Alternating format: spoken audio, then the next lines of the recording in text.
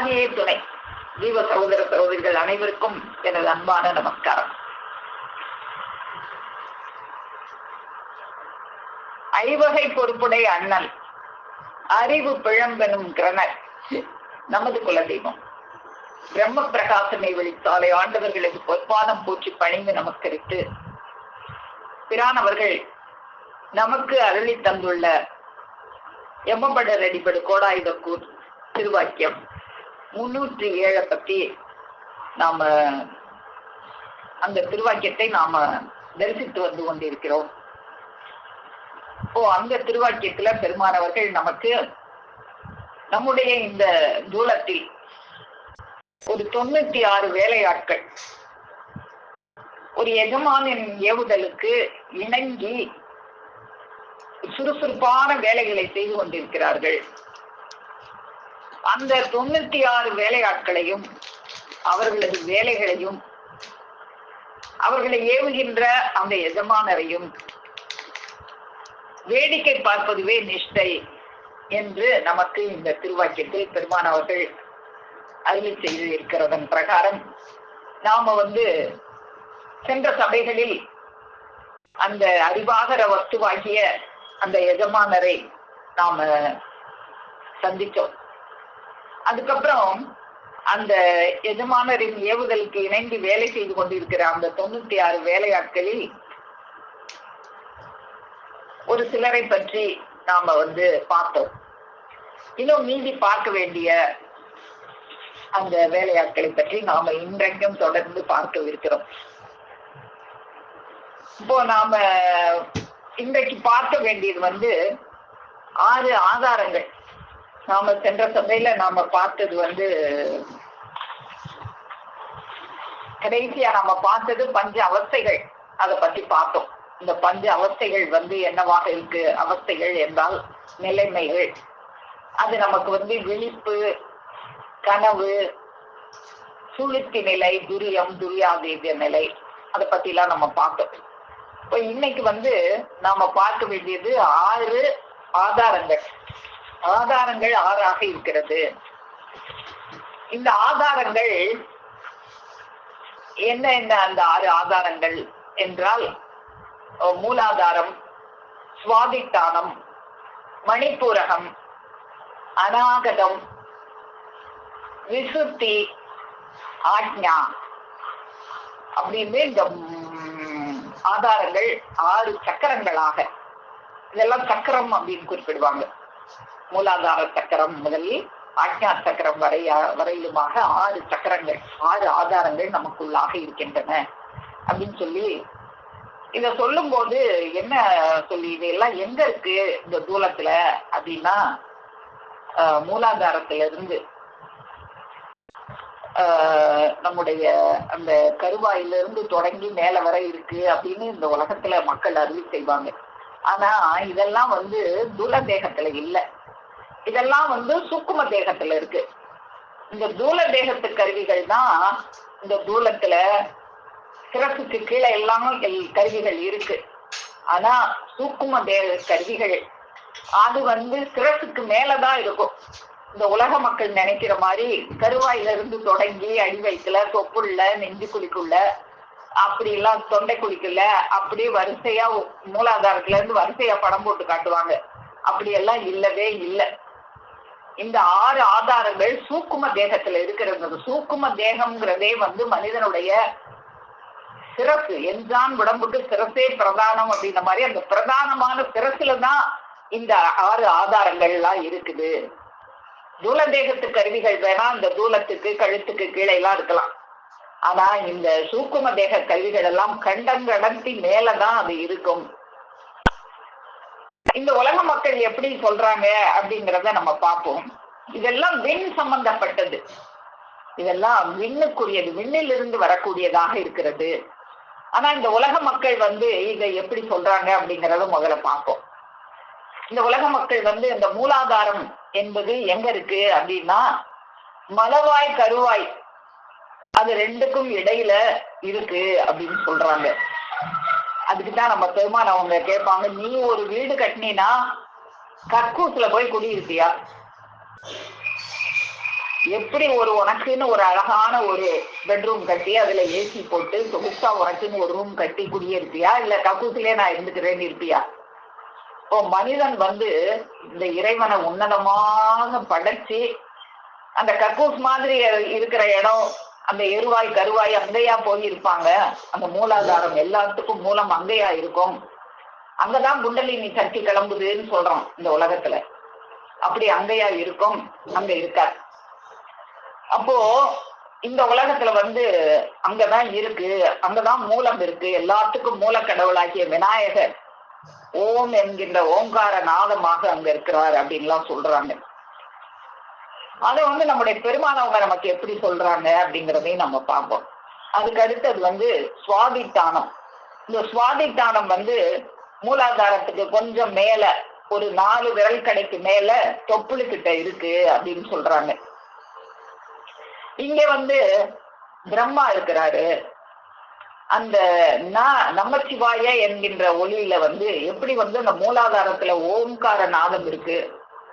இந்த மணிப்பூர் இந்த சுவாதிட்டானத்துல நமச்சிவாய என்கின்ற அந்த பஞ்செழுத்து பஞ்சாட்சரத்துல என்கின்ற அக்ஷரம் இங்கதான் இருக்கு அப்படின்னு சொல்றாங்க. அதுக்கப்புறம் மணிப்பூரகம். இந்த மணிப்பூரகம் இன்னும் அதுக்கும் கொஞ்சம் மேல, அதுக்கும் ஒரு 4 விரக்கடைக்கு மேல இருக்கு. இங்க இந்த பஞ்சாட்சர ஒளியில நமசிவாய அதுல முதல்ல நான் இருக்கு. இங்கதான் அந்த மா என்கின்ற அக்ஷரம் இருக்கு. இந்த இடம் அந்த மூலாதாரத்துக்குரிய கடவுள் விநாயகர், சுவாதிட்டானத்துக்குரிய கடவுள் பிரம்மா, மணிப்பூரகத்துக்குரிய கடவுள் பெருமாளாக இருக்கிறார் அப்படின்லாம் சொல்றாங்க இந்த உலகத்தை. அதுக்கப்புறம் அநாகதம். அநாகதம் நெஞ்சில நடுப்பள்ளத்துல இருக்கு. அங்கதான் ருத்ரன் இருக்கிறாரு. இங்க நம சி என்கின்ற அந்த அக்ஷரம் இங்க இருக்கு. அதுக்கப்புறமா கொஞ்சம் மேல விசுத்தி. விசுத்தி தொண்டக்குழி கிட்ட வந்துடணும். அங்கதான் வா என்கின்ற அக்ஷரம் இருக்கு. அதுக்கு மேல ஆக்ஞா சக்கரம். ஆக்ஞா சக்கரம் புருவ மத்தியில இருக்கு. அங்கதான் சதாசிவம், அதுக்குரிய கடவுள் சதாசிவம்.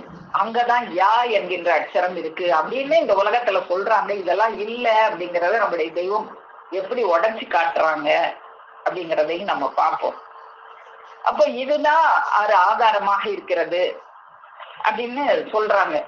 ஆனா இதெல்லாம் விண் சம்பந்தப்பட்டதாக, சூக்கும தேகம் சம்பந்தப்பட்டதாக இருக்கு. இந்த மூலாதாரம் என்பது விண்ணும் 5 பூதங்களும் சேர்ந்தது. சுவாதிட்டானம் விண்ணும் மண்ணும் இணைந்தது. மணிப்புரகம் விண்ணும் நீரும் இணைந்தது. அநாகதம் விண்ணும் தீயும் இணைந்தது. விசுத்தி விண்ணும் காற்றும் இணைந்தது. ஆக்ஞை விண்ணும் விண்ணும் சேர்ந்தது அப்படின்னு சொல்றாங்க. அப்ப அந்த விண் என்னவாக இருக்கிறது, இந்த சக்கரங்கள் எல்லாம் நமக்கு என்னவாக இருக்கு அப்படிங்கிறத நம்முடைய பெருமானவர்கள் நமக்கு எடுத்து கொடுக்கறத நம்ம பார்ப்போம். இது இவங்க சொல்ற மாதிரி இந்த தூல தேகத்துல இவங்க சொல்ற அந்த இடத்துல எல்லாம் இல்ல. அது எங்க இருக்கு அப்படின்னா, ஆகிடும் அது வந்தெந்த நேரமும் மகளாதுணை வீட்டு ஆகுவதே 12 ஆசானுபதேசம் ஆகுமே சுத்தி சுவாதிட்டானமதிட்டதலம் இதுவே ஆகுமே மூலாதாரம் சுத்தி ஆகுமே தேகம் பின்னே. மூலாதாரம் எது, சுவாதிட்டானம் எதுன்னு நமக்கு பெருமானவங்க சோடச நிலையில இந்த மாதிரி எடுத்து கொடுக்குறாங்க. ஆசானுடைய உபதேசம் அதுதான் உனக்கு மூலாதாரமாக உன்னுடைய அந்த சூக்கும தேகத்தையும் சுத்தி பண்ணி இந்த தூல தேகத்தையும் சுத்தி பண்ணக்கூடியதாக இருக்கிறது. ஆகுமிதன் வழி ஆகவே சுத்தி ஆகுமே மும்மலமும். அந்த மும்மலம்னு சொன்னமே, ஆணவம் கண்மம் மாயை, அதையெல்லாம் சுத்தப்படுத்தக்கூடியதாக இருக்கிறது. யோகிகளாகுவதே இதுவே நீ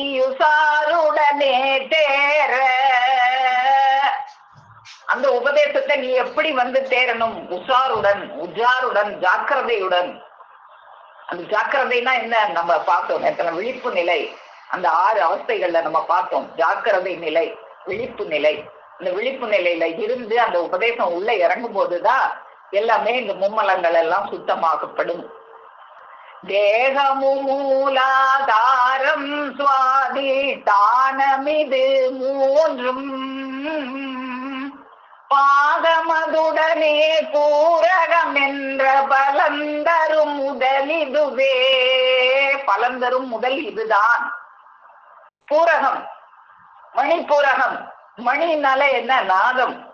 அந்த நாதம் உனக்குள்ள பூரணம், அதான் மணிப்பூரகம்.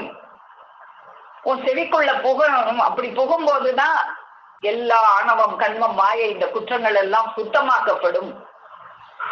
அதுதான் உனக்கு பலம் தருகின்ற முதல். முதலிதுவோ அதுவோ என்றெண்ணி முனை கேட்டலையாதே. மூலாதாரமும் முதலங்காரும் மூன்றில் உரைத்திடுவேன்.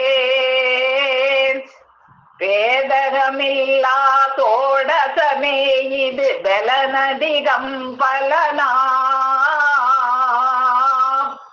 ஓதிய முத்த நூலில் மறைத்த துடைத்திடுவேன் இங்கே. முத்தர்கள் நூல்கள் எல்லாம் சொல்லியிருக்காங்க 6 ஆதாரங்கள் என்னன்னு பேரை மட்டும் சொல்லியிருக்காங்க.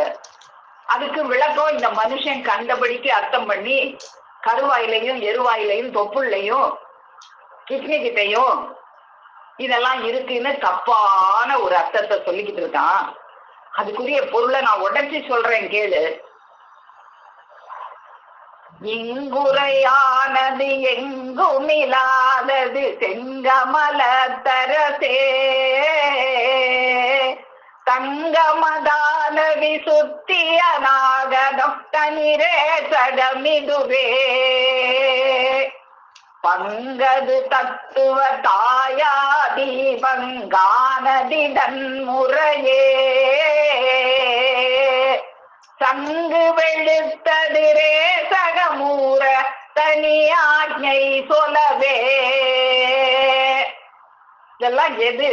இந்த அநாகதம், தேசகம், கும்பகம் எல்லாம் எது? அவங்களுடைய உரை. அவங்க சொல்லணும். அவங்க சொல்ற சொல்லு நமக்குள்ள இறங்கணும்.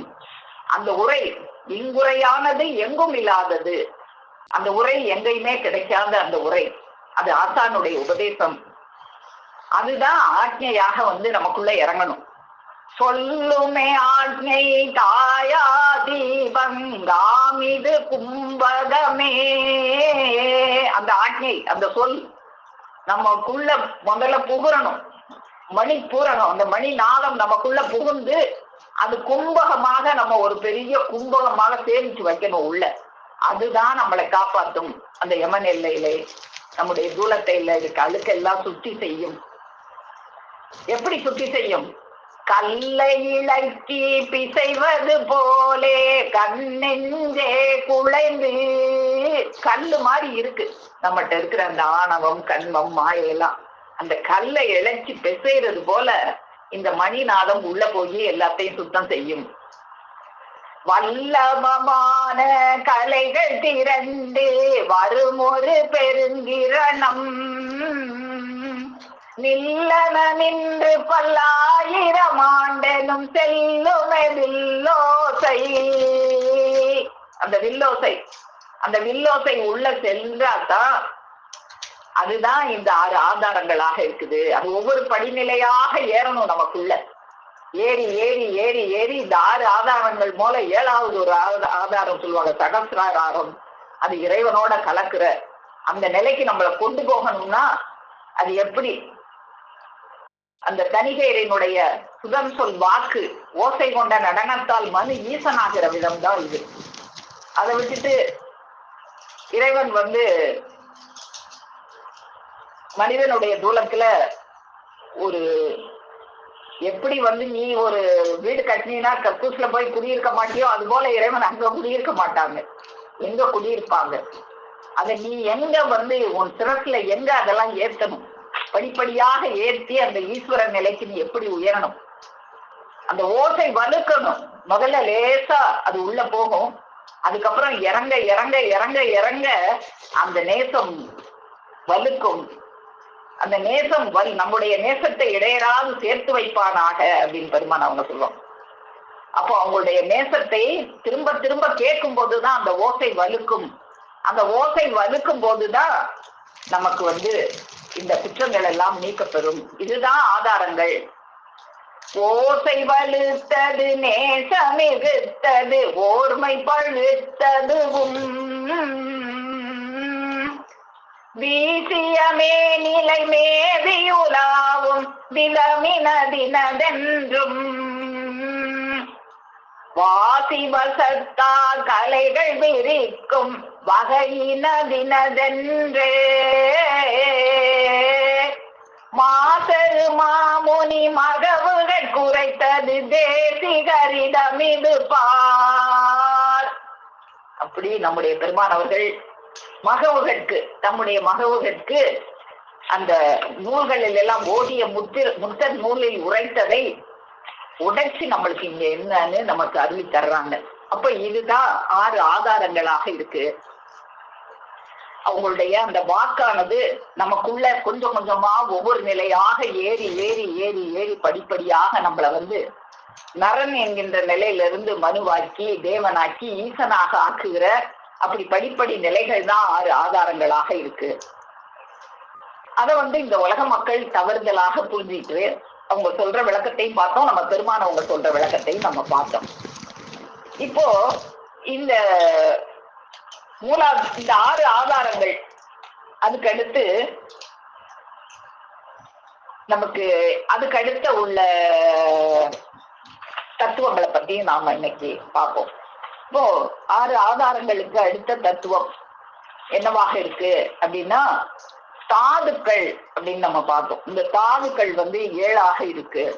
தாதுக்கள் அப்படின்னா அந்த உடம்புல இருக்கிற ஒவ்வொரு இந்த உடம்பினுடைய அமைப்புகள், இந்த எலும்புகள், தசைகள், ரத்தம், இதெல்லாம் என்னென்னவாக இருக்கு. அதுதான் தாதுக்கள் 7 என்னென்ன குறிப்பிடுறாங்க அப்படின்னா ரசம், ரத்தம், மாமிசம், மேல் தசை, எலும்பு, மஜ்ஜை.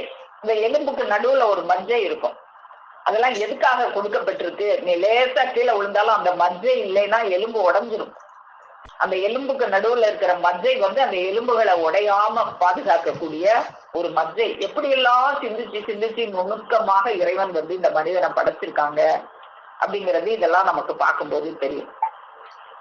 அப்போ இந்த ரசம், ரத்தம், மாமிசம், மேல் தசை, எலும்பு, மஜ்ஜை, அப்புறம் ஆணுக்கு சுக்கிலம், பெண்ணுக்கு சுரோனிதம், இதெல்லாம் தாதுக்களாக இருக்கு. இந்த ரசம் அப்படிங்கிறது என்ன அப்படின்னா அந்த தோலுக்கு மேல ஒரு திரவம், ஒரு மினுமினுப்பு இருக்கும் நம்மளுக்கு மேல தோலுக்கு. அது இல்லைன்னா வறண்ட தோலாயிரும். அந்த மினுமினுப்பு அதுதான் ரசம் அப்படின்னு சொல்லி சொல்றாங்க. அதுக்கப்புறம் ரத்தம் உச்சந்தலையில இருந்து உள்ளங்கால் வரைக்கும் நமக்கு ஓடிக்கிட்டு இருக்கே ரத்தம். அந்த ரத்தம் அதை இதயத்திலிருந்து அது அப்படியே அங்க இருந்து அழுத்தம் செய்யப்பட்டு இந்த உடம்புக்கெல்லாம் அழுக்கெல்லாம் எடுத்துட்டு போய் அங்க போய் சுத்திகரிக்கப்பட்டு ஆக்சிஜன் அங்க போய் அழுக்கான ரத்தத்தை சுத்தம் செஞ்சு திரும்பவும் சுத்த ரத்தம் உடம்பு எல்லாம் ஓடிக்கிட்டு இருக்கு. அது ரத்தமாக நமக்கு எல்லாம் இருக்கு. அது உடம்பு ஃபுல்லா அது ஓடிக்கிட்டே இருக்கும் போதுதான் நமக்கு உடம்பு சீராக இயங்கும். எந்தாவது ஒரு இடத்துல அந்த ரத்த ஓட்டம் தடைபட்டா அங்க ஒரு நோய், ஒரு வியாதி. இடத்துல ஒரு வியாதி வருதுன்னா அந்த ரத்த ஓட்டம் தடைபட்டிருக்குன்னு அர்த்தம். அந்த ரத்த ஓட்டம் தடைபடாம இருக்கிறதுக்காகத்தான் சீரான உடற்பயிற்சி, சீரான உணவு முறை, இதெல்லாம் நம்ம கொண்டு வரும்போது அந்த ரத்த ஓட்டம் தடைபடாம இருக்கும். இந்த ரத்தத்துல 2 வகை இருக்கு, சிவப்பணுக்கள், வெள்ளை அணுக்கள் அப்படின்லாம் இந்த ரத்தத்தை பத்தி நம்ம தெரிஞ்சுக்கிறோம். அதுக்கப்புறம் மாமிசம். மாமிசம்னா தசை. எல்லாமே இந்த தசை, எலும்பு, நரம்பு எல்லாவற்றையும் போர்த்துகின்ற ஒரு போர்வையாக இருக்கிறது இந்த மாமிசம். அப்புறம் எல்லா உறுப்புகளுமே இந்த மாமிசத்தாலதான் செய்யப்பட்டிருக்கு. இதயமா இருக்கட்டும், கிட்னியா இருக்கட்டும், இறைப்பையா இருக்கட்டும், எல்லாமே மாமிசத்தாலதான் செய்யப்பட்டிருக்கு. மேல் தசை மேல் தசை அப்படிங்கிறது தான் நம்ம மேல் தோலாக இருக்கு, எல்லாத்தையும் போர்த்துகின்ற ஒரு போர்வையாக இருக்கு. அந்த மேல் தசை மேல ஒரு கொழுப்பு படலம் இருக்கும் அப்படின்னு சொல்றாங்க. அந்த கொழுப்பு படலம் அளவோட இருக்கணும். எல்லா இது மேலையும் ஒரு கொழுப்பு படலம், எலும்பு மேல, தசைகள் மேல, எல்லா உறுப்புகள் மேலையும் ஒரு கொழுப்பு படலம் இருக்கும். அது அளவோட இருக்கணும். அது அளவுக்கு மீறிச்சுனாதான் கொழுப்பு அதிகமாயிருச்சு, திமிரு அதிகமாயிருச்சுன்னு சொல்லுவாங்க. அதுக்கப்புறம் எலும்பு. எலும்பு தான் இந்த தேகத்துக்கு ஒரு வடிவத்தை கொடுக்குது, ஒரு கட்டமைப்பை தருகுது. இந்த எலும்பு நமக்கு குனிறதுக்கு நிமிர்றதுக்கு தகுந்த மாதிரி அங்கங்க ஒரு பெண்டிங் ஜாயிண்ட் வச்சு இறைவன் ஒரே எலும்பா படைக்கல. அங்கங்க ஜாயிண்ட், அந்த ஜாயிண்ட் இருக்கிற இடம் தான் நம்ம அசைக்கக்கூடிய இடமாக. எப்படியெல்லாம் ஒரு கதவு இருக்குன்னா அந்த 2 கதவா இருந்தா 2 கதவு நடுவுல அந்த கதவையும் நிலையிலையும் பொறுத்துற இடத்துல ஒரு கீல் வைக்கப்பட்டிருக்கும். அது போல ஒரு முட்டுக்களை ஜாயின் பண்ற இடத்துல கீழு, கழுத்தையும் இந்த உடம்பையும் ஜாயின் பண்ற இடத்துல ஒரு ஜாயிண்ட். அது மாதிரி நம்ம உடம்புல நிறைய ஜாயிண்டுகளை எல்லாம் பொறுத்து எங்கெங்க வளைக்கணும், எங்கெங்க நம்ம குனியணும், எங்கெங்க நிமிரணும், அப்படி எல்லாம் சிந்திச்சு நமக்கு அந்த எலும்புகள்ல ஒரு இந்த மனிதனுடைய தேகத்துக்கு ஒரு அழகான வடிவமைப்பை தருகிறது இந்த எலும்பாக இருக்கிறது. அதுக்கப்புறம் மஜ்ஜைன்னு நம்ம பார்த்தோம். இந்த எலும்புக்கு நடுவுல எலும்பு ஒரு துவாரமா குழல் மாதிரி தான் இருக்கும், ஒரு குழாய் மாதிரி. வெறும் குழாயா இருந்தா அது லேசா கீழே விழுந்தாலே உடஞ்சிடும். அந்த குழாய்க்குள்ள ஏதாவது ஒரு கெட்டியானதை வச்சு அடைச்சாதான் அந்த எலும்பு உடையாதுன்னு சொல்லிதான் அந்த மஜ்ஜை என்கின்ற பகுதியை இந்த எலும்புக்கு நடுவுல இறைவன் வச்சிருக்காங்க. அதுக்கப்புறம் சுக்கிலம், ஆண்களுக்கு சுக்கிலமும் பெண்களுக்கு சுரோனிதம். இதெல்லாம் தாதுக்களாக இருக்கு இந்த மனிதனுடைய தூலத்துல. அதுக்கப்புறம் ராகங்கள் அப்படின்னு பார்த்தோம். இத அட்டராகங்கள், அஷ்டராகங்கள், 8 ராகங்கள் அப்படின்னு சொல்லுவாங்க. இது நம்மளுடைய இந்த மனிதனுக்குள்ள குணங்களாக இருக்கு. என்னென்ன குணங்கள் எல்லாம் இவனுக்கு இருக்கு? காமம், குரோதம், லோபம், மோகம், மதம், மாச்சரியம், டம்பம், அகங்காரம். இது 8ம் இந்த மனிதனுடைய ராகங்கள் அப்படிங்கிற ஒரு குணமாக இருக்கு. இது எல்லாமே ஆசைகள், பேராசைகள். இந்த ஆசையெல்லாம் வச்சு படைச்சது ஒரு பெரிய ஒன்றை அடையணுங்கிற ஆசை இவனுக்கு வரட்டும்ங்கிறதுக்காகத்தான் இறைவன் வச்சு படைச்சிருக்காங்க. ஆனா இவன் அதை தவறுதலா பயன்படுத்துறான். இந்த காமம் என்பது இந்த மனிதனுக்கு இளமையிலிருந்து முதுமை வரை அவனை விடாம அவனை பற்றி கொண்டிருக்கு. குரோதம் என்பது கோபம். லோபம் என்பது ஒரு சுயநலமாக இருக்கு. மோகம் என்பது ஒரு பேராசையாக இருக்கிறது. அது எதுக்கு மேல ஆசை வைக்கணுங்கிறதுக்காக அந்த இறைவன் ஆசையை வச்சு படைச்சிருக்காங்க. ஆனா இவன் பார்க்கிற பொருட்கள் மேல எல்லாம் பேராசை வச்சுக்கிட்டு இருக்கிறான். மதம் அப்படின்னா வெறி, மதம் பிடிச்சிருச்சுன்னு சொல்லுவாங்க. யானைக்கு கூட மதம் பிடிச்சிருச்சு, வெறி பிடிச்சிருச்சுன்னு சொல்லுவாங்க. அந்த மாதிரி மதம்னா வெறி. மாச்சரியம்னா பொறாமை. டம்பம்னா ஆடம்பரம். அப்புறம் அகங்காரம், நான் எனும் மானவச்சிருக்கு. இதெல்லாமே இந்த மனிதன்கிட்ட இருக்கிற குணங்களாக இருக்கு. அதுக்கப்புறம் தச நாடிகள். இந்த நாடிகள் 22,000 நாடி நரம்புகள்னு பெருமானவங்க அருளி செய்வாங்க. இப்படி இருந்தாலும் 10 நாடிகளை முக்கியமான ஒரு நாடிகளாக நமக்கு எடுத்து கொடுக்குறாங்க. அந்த நாடி இடகலை, பிங்கலை, சுழுமுனை, சிகுவை, குருடன், காந்தாரி, அத்தி, அலம்புடை, சங்குனி, குகு அப்படின்னு இந்த நாடிகளுக்கு பெயர்கள் சொல்றாங்க. இந்த நாடிகள் உடல்ல ஏற்படுற துடிப்புகள். இப்போ அந்த காலத்துல எல்லாம் ஒரு உடம்புக்கு சரியில்லைன்னு சொன்னாலே அந்த நாடிய பார்ப்பாங்க. அந்த ரத்த ஓட்டத்துல அந்த துடிப்பு எப்படி இருக்குன்னு வச்சு பார்த்தே அதை வச்சே என்ன வியாதின்னு கண்டுபிடிச்சிருவாங்க. அதுதான் நாடி துடிப்பாக இருக்கு. இந்த நாடி துடிப்பை வச்சுதான் என்ன வியாதின்லாம் கண்டுபிடிச்சு வைத்தியம் செஞ்சாங்க. இப்போ இந்த இடகலைனா என்ன அப்படின்னா, இடகலை அப்படின்னா நம்மளுக்கு வந்து சுவாசம் வந்து 2 நாசி துவாரங்கள் இருந்தாலும் ஒரே நேரத்துல 2 நாசி துவாரத்தின் வழியாக சுவாசம் ஓடாது. கொஞ்ச நேரம் வலது நாசி வழியாக ஓடும், கொஞ்ச நேரம் இடது நாசி வழியாக ஓடும். இப்படி மாறி மாறிதான் ஓடும். அதை நம்ம பெருமானவங்க நமக்கு கலைகள் மாறி மாறி ஓடும். அப்படி வந்து நான் எத்தனை நாளிகைக்கு ஒருக்க அந்த கலைகள் மாறுது, அப்படி என் கலை தொடங்கும் போது பிறந்தா இவனுக்கு எத்தனை வயசு, முடியும் போது பிறந்தா எத்தனை வயசு அப்படின்னு கொடுத்த திருவாக்கியத்தெல்லாம் நம்ம பார்த்திருக்கோம். அப்படியாக இவனுடைய இந்த இடது நாசியின் வழியாக சுவாசம் ஓடிக்கொண்டிருக்கும் பொழுது அதுக்கு பேரு இடகலை, இன்னொரு பேரு அதுக்கு சந்திரகலை. அதுக்கப்புறம் பிங்கலை.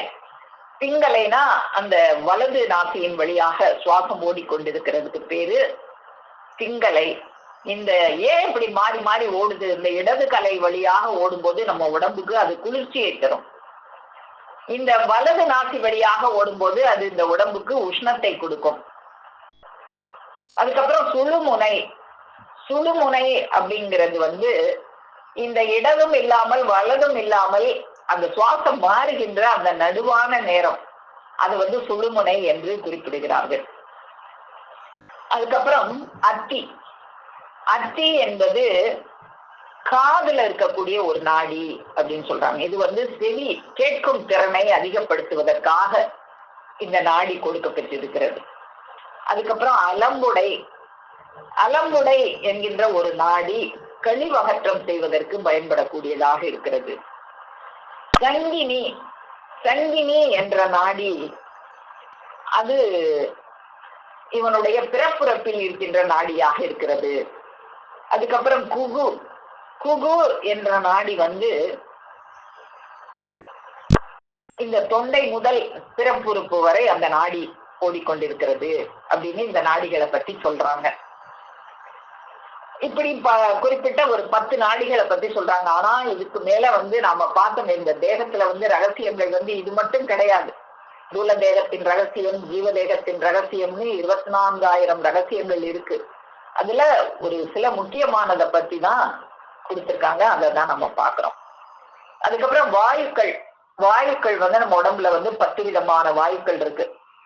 நம்ம எல்லாருக்கும் பொதுவா தெரிஞ்சது அந்த ஒரு வாயு தான் பிராணவாயு, அதுதான் நமக்குள்ள இருக்கு அப்படின்னு நம்ம நினைப்போம். ஆனா 10 வாயுக்கள் இருக்கு இவனுக்குள்ள. அந்த 10 வாயுக்கள் என்னன்னு நம்ம ஏற்கனவே ஒரு முறை பார்த்திருக்கோம், தச வாயுக்கள் பத்தி. இருந்தாலும் பார்ப்போம். பிராணன் அப்படிங்கிற ஒரு வாயு, அதுதான் முக்கியமான வாயுவா இருக்கிறது, பிராணவாயு, பிராணன்.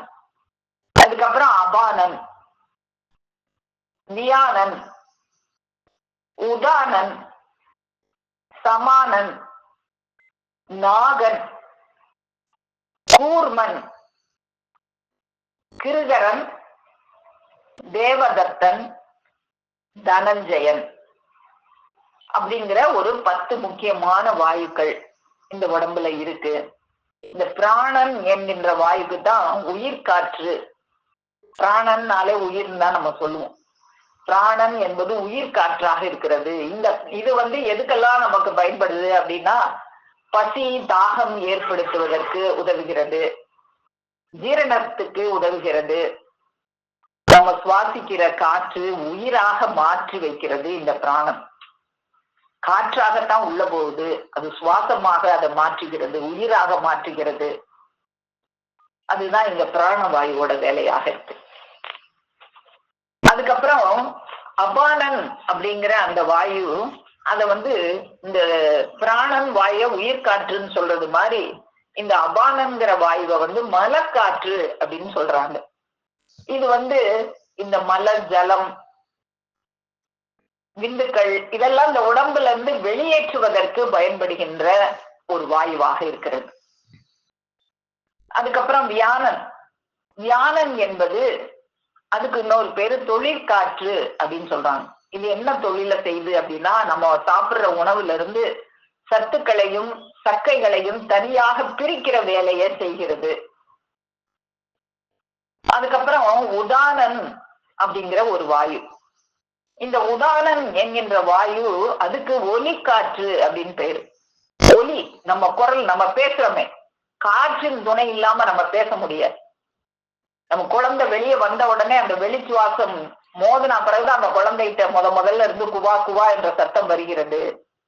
வெளிக்காற்று வந்து மோதவும், கருவறையில் இருக்கிறவும் அந்த வெளிக்காற்று இல்லை. அந்த கருவறையை விட்டு வெளியே வந்தா பிறகுதான் அந்த முதலாக குவா குவா என்ற சத்தம் வருகிறது எல்லாம் நமக்கு பெருமானவங்க எடுத்து கொடுத்தது நம்ம பார்த்திருக்கோம். அப்படியாக இந்த உதானன் என்கின்ற வாயுதான் ஒலிக்காற்றாக இருந்து நம்ம குரலில் நாதம் இந்த பேசுறதுக்கு நமக்கு பயன்படுவதாக இருக்கிறது. அதுக்கப்புறம் வந்து சமானன். சமானன் அப்படின்னா சமப்படுத்துவது, நிரவல் காற்றுன்னு பேரு. அதாவது அந்த சக்கையையும் பிரிக்கிறே வியானன் என்கின்ற அந்த தொழிற்காற்று. அந்த பிரிக்கிறத சமமாக எல்லா இடத்துக்கும் கொண்டு போறதுக்கு இந்த சமானன்கிற வாயு பயன்படுகிறது. அதுக்கப்புறம் நாகன். நாகன் என்கின்ற காற்று, அதுக்கு இன்னொரு பேரு விழிக்காற்று அப்படின்னு சொல்றாங்க. அது வந்து நமக்கு விக்கல் வருது, இந்த விக்கல் வாந்தி வருது, இந்த மாதிரி பார்வை திறன் அதிகரிப்பதற்கு இதுக்கெல்லாம் இந்த நாகன் என்கின்ற காற்று தான் உதவி செய்கிறது. அதுக்கப்புறம் கூர்மன் என்கின்ற காற்று, அதுக்கு இன்னொரு பெயர் வந்து இமைக்காற்று. நம்ம கண்ணை மூடி திறக்கிறோம், நம்மளே செய்யல, அது தானா இயல்பா நடக்கும். நம்ம ஒரு எவ்வளவு நேரம், ஒரு நிமிஷத்துக்கு எத்தனை தடவை கண்ணை இமைக்கிறோம்னு நமக்கே தெரியாது. அப்படி கண்ணை இமைக்க செய்வது இந்த கூர்மன் காற்றுடைய வேலையாக இருக்கு. அப்புறம் வந்து நம்ம வந்து புல்லரிச்சிருச்சு எனக்கு அப்படின்னு சொல்லுவோம். யாராவது பேசும்போது எனக்கு புல்லரிச்சிருச்சுன்னு சொல்றோமே, அந்த புல்லரிப்பு வேலையை செய்கிறது. நம்ம சிரிக்கிறோமே, அந்த சிரிப்புக்கெல்லாம் உதவுவது இந்த கூர்மன் என்கின்ற ஒரு காற்று. அதுக்கப்புறம் கிருகரன் அப்படின்னு ஒரு காற்று. இந்த காற்றுக்கு இன்னொரு பேரு தும்மல் காற்று. இந்த தும்மல் காற்று தான் நம்மளுக்குள்ள ஏதாவது தேவையில்லாதது உள்ள போச்சுன்னா ஒரு தும்மல் வர வச்சு அதை வெளியே தள்ளுது. இன்னும் நம்ம கண்ணுல கண்ணீர் வருதே, அதுக்கும் இந்த காற்று தான் காரணமாக இருக்கிறது. அதுக்கப்புறம் இன்னொரு காற்று தேவதத்தன். தேவதத்தன் என்ற இந்த காற்றுக்கு இன்னொரு பேரு கொட்டாவி காற்று. நம்ம கொட்டாவி விடுறோமே, அது இந்த தேவதத்தன் காற்று. இந்த கொட்டாவி விடுறதுக்கு, நெஞ்சில வர்ற சளி எல்லாம் வெளியேற்றுறதுக்கு, அதுக்கெல்லாம் இந்த தேவதத்தன்கிற காற்று அதுதான் பயன்படுது. அப்புறம் இறுதியாக தனஞ்சயன் என்கின்ற ஒரு காற்று.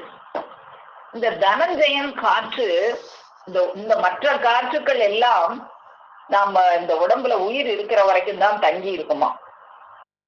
இந்த தனஞ்சயன் என்கின்ற இந்த காற்று மற்றும் உயிர் போனா பிறகும் இந்த உடம்புலயே தங்கி இருந்து ஒரு 2-3 நாள் இருந்து, இந்த உடம்பு வந்து செத்த பிறகு பிண நாற்றம் வருதே, அந்த பிண நாற்றத்தை வரவழைத்து அந்த உடம்பை அழுக வைத்து, அதுக்கப்புறம் இந்த உடம்புல இருந்து வெடிச்சு, அதுக்கப்புறம் அது உடம்புல இருந்து வெளியே 2-3 நாள் கழிச்சு தான் இந்த உடம்புல இருந்து அது வெளியேறும். செத்தா பிறகும் உடம்புல குடியிருக்கிற ஒரே காற்று இந்த தனஞ்சயன் என்கின்ற காற்று. அதுதான் இருந்து இந்த தூலத்தை நாற்றம் எடுக்க செய்து, அழுக செய்து, வீங்க செய்து, இந்த வேலையெல்லாம் மனிதனுடைய உயிர் போன பிறகும் இந்த காற்று தான் அந்த வேலையை பார்க்குது அப்படின்னு சொல்றாங்க. நம்முடைய பெருமானவர்கள் கூட இந்த தனஞ்சயன் காற்றை பத்தி எடுத்து சொல்லுவோம். இந்த தனஞ்சயன் காற்று உடம்புல இருந்தா தானே இந்த உடம்பு பிண நாற்றம் எடுக்கும், உடம்பு வீங்கும். ஆனா நமக்கெல்லாம் பிண நாற்றம் எடுக்காதபடிக்கு தெய்வம் செஞ்சு வச்சிருக்காங்களே, அது எப்படி அப்படின்னா இந்த தனஞ்சயன் காற்றே நமக்கு வராதபடிக்கு பெருமான் அவங்க செஞ்சிருவாங்க. அது நமக்கு பெருமான் அவங்க எடுத்து சொல்லியிருக்காங்க. கோடாயுதக்கூர் திருவாக்கியம் 180. பித் என்னும் வித்து எல்லோரிடமும் இருக்கிறது, அதை தெளிய வைக்கும் மருந்து உலகத்தவர் கையில் இல்லை. பயங்கரம் என்ற வயிற்றுக்குள் இருப்பது தேவதத்தன் என்கின்ற வாயு, அவன் மதலை தனஞ்சயன். நம்ம இப்ப பார்த்தோமே தேவதத்தன்கிற வாயு.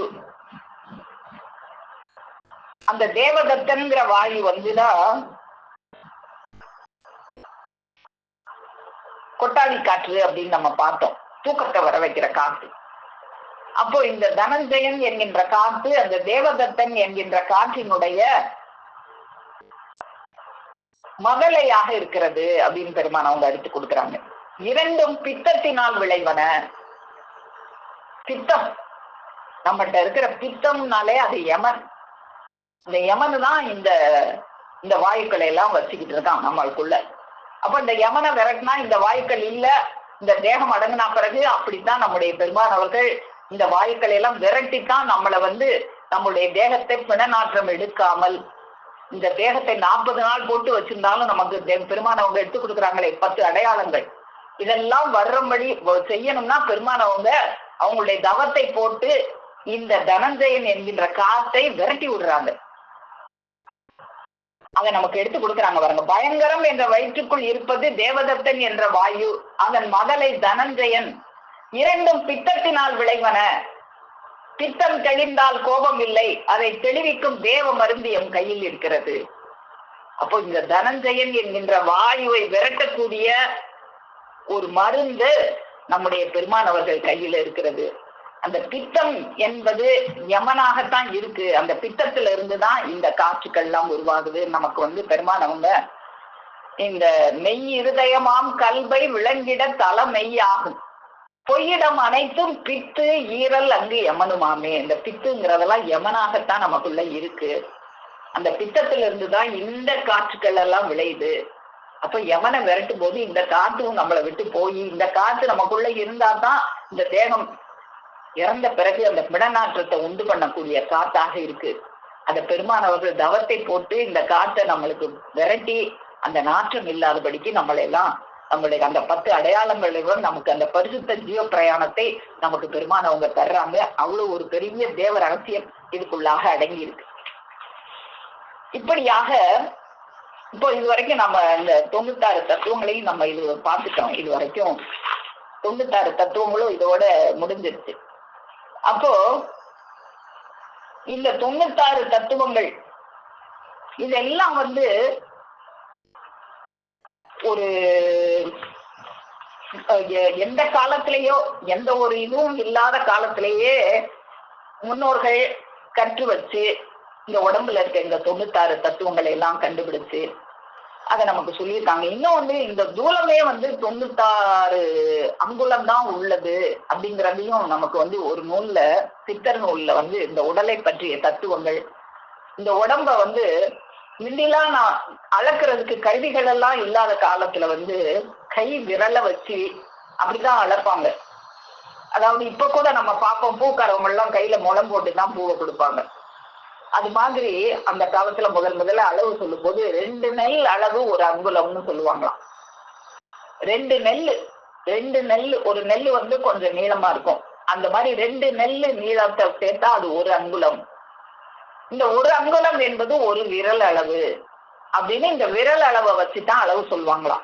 அப்படியாக ஒரு விரல் அளவு 12 விரல் அளவு சேர்ந்தா அது ஒரு சான்.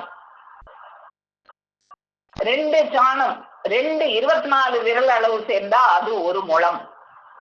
12 விரல் அளவு ஒரு சான், 24 விரல் அளவு அது ஒரு முழம். அதுல 2 பங்கு 48 விரல் அளவுன்னா அது ஒரு கெஜம். 96 விரல் அளவு அதுதான் இந்த மனிதனுடைய உயரம், 8 சான். 96 விரல் அளவுதான் இந்த மனிதனுடைய அவங்க கையில ஒவ்வொருத்தரும் அவங்களுடைய உடம்ப அளந்து பார்த்தா 96 விரல் அளவு இருக்குமா. அதுவும் ஒரு தேவ ரகசியமாக இந்த உடம்புல இருக்கு. இந்த 96 தத்துவங்கள் அடங்கிய உடம்புன்னு காட்டுறதுக்காக தான் அவரவர் விரல் அளவுக்கு எஞ்சான் உடம்புன்னு சொல்ற மாதிரி 8 சான் = 96 விரல் அளவு அப்படின்னு குறிப்பிட்டிருக்காங்க. இப்படி எல்லாம் இந்த தூல தேகத்தினுடைய ரகசியங்கள் இதுக்குள்ள எல்லாம் பொதிஞ்சு வச்சிருக்காங்க. அப்போ இத்தனை கருவி கரணங்கள் எதுக்காக இறைவன் கொடுத்தாங்க? இந்த மனிதனுக்கு, இந்த ஆத்மாவுக்கு, இந்த உயிருக்கு. இன்னைக்கு கூட பெருமான் அவங்க உயிரை பத்தி நமக்கு எடுத்து சொன்னாங்க. இந்த உயிரை பத்தி நீ தெரிஞ்சுக்கிட்டீங்கன்னா எல்லாத்தையும் தெரிஞ்ச மாதிரி ஆகுமே. அந்த உயிரை உனக்குரியதாக ஆக்கிக்கிட வேண்டாமா? அப்போ எதுக்காக இவ்வளவு கருவி கரணங்கள் எல்லாம் நமக்கு கொடுத்தாங்க அப்படின்னா, இந்த பிறப்பை அறுப்பதற்காக. அத நாம நல்வழியில செலுத்தி அந்த இறைவனோட சென்று சேர்வதற்காக. அந்த விண் தத்துவமாகிய ஓசையை. அதுக்காக இந்த மனிதனை இந்த 96 தத்துவத்துல இறக்கிட்டோமே அப்படின்னு சொல்லி இறைவனும் இறங்கி வந்து அவங்க ஒரு இந்த தத்துவத்துக்குள்ளே அவங்களும் இறங்கி வர்றாங்க. இந்த ஆத்மா தேகம் இல்லாம இருந்தது, இறைவனை சென்றடையாம நாம பார்த்தோம். முதல்ல இந்த ஆத்மா பிரகாசத்தோட ஒளியோட தான் இருந்தது. நாம எல்லாம் ஜீவ தேகம் என்னும் ரோஸ்மிதாக்குடைய காலத்துல ஒன்னாதான் இருந்தோம்னு பெருமான் அவங்க அருளி செஞ்சாங்களே. அது என்ன காலம் அந்த ரோஸ்மிதாக்குடைய காலம் அப்படின்னா, இந்த ஆதிக்கும் ஆதியாக அனாதியாக இருந்த காலம், இந்த பிரபஞ்சங்களே தோன்றாமல் இருந்த காலத்துல நாம எல்லாம் இறைவனோட அந்த பிரகாசத்தோட ஒன்றாகத்தான் இருந்தோம். ஏதோ ஒரு இச்சையில அந்த இருள்ல வந்து விழுந்துட்டோம். அப்போ அப்படி வந்து நம்முடைய இச்சையினாலதான் விழுந்தோம், இறைவன் தள்ளி விடல நம்ம.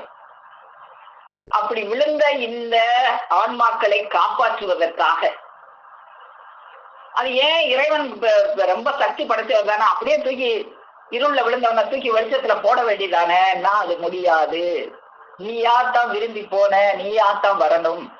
அப்படி நீயா வருவதற்கு, உனக்கு விருப்பம் தருவதற்கு இந்த தத்துவங்களுக்குள்ளாம் உள்ள ஒரு உடலமைப்பை ஏற்படுத்தி இந்த தத்துவத்துக்குள்ள உன்னை போட்டு, இந்த தத்துவத்தின் மூலமாக நீ பலன் அடைஞ்சு இறைவன்ட்ட நீ வந்து சேரணுங்கிறதுக்காக தானும் அந்த தத்துவத்துக்குள் இறங்கி, அப்படி இறைவனும் அந்த தத்துவத்துக்குள் இறங்கி வருவதுக்கு பேரு சிவ தத்துவம், இறை தத்துவம் அப்படின்னு சொல்லுவாங்க.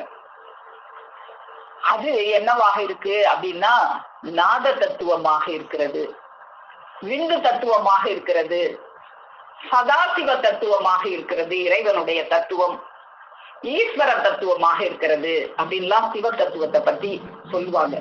அப்படி இறைவன் இறங்கி வந்த தத்துவத்தை பத்தி நம்முடைய தீர்க்க தரிசன நூல்ல வந்து விநாயகர் அகவல் அதை நம்ம கொடுத்திருக்காங்க. அவை பிராட்டியார் அருள் செய்த விநாயகர் அகவல். அதுல வந்து இந்த தத்துவங்கள் எல்லாம் எதுக்காக கொடுக்கப்பட்டது, இந்த தத்துவங்கள் எல்லாம் என்ன, அதை எப்படி மாற்றி இறைவன் நம்மளை அவங்களோட சேர்க்கிறாங்க அப்படிங்கிறத பத்தி நமக்கு கொடுக்குறாங்க. அதை பார்ப்போம்.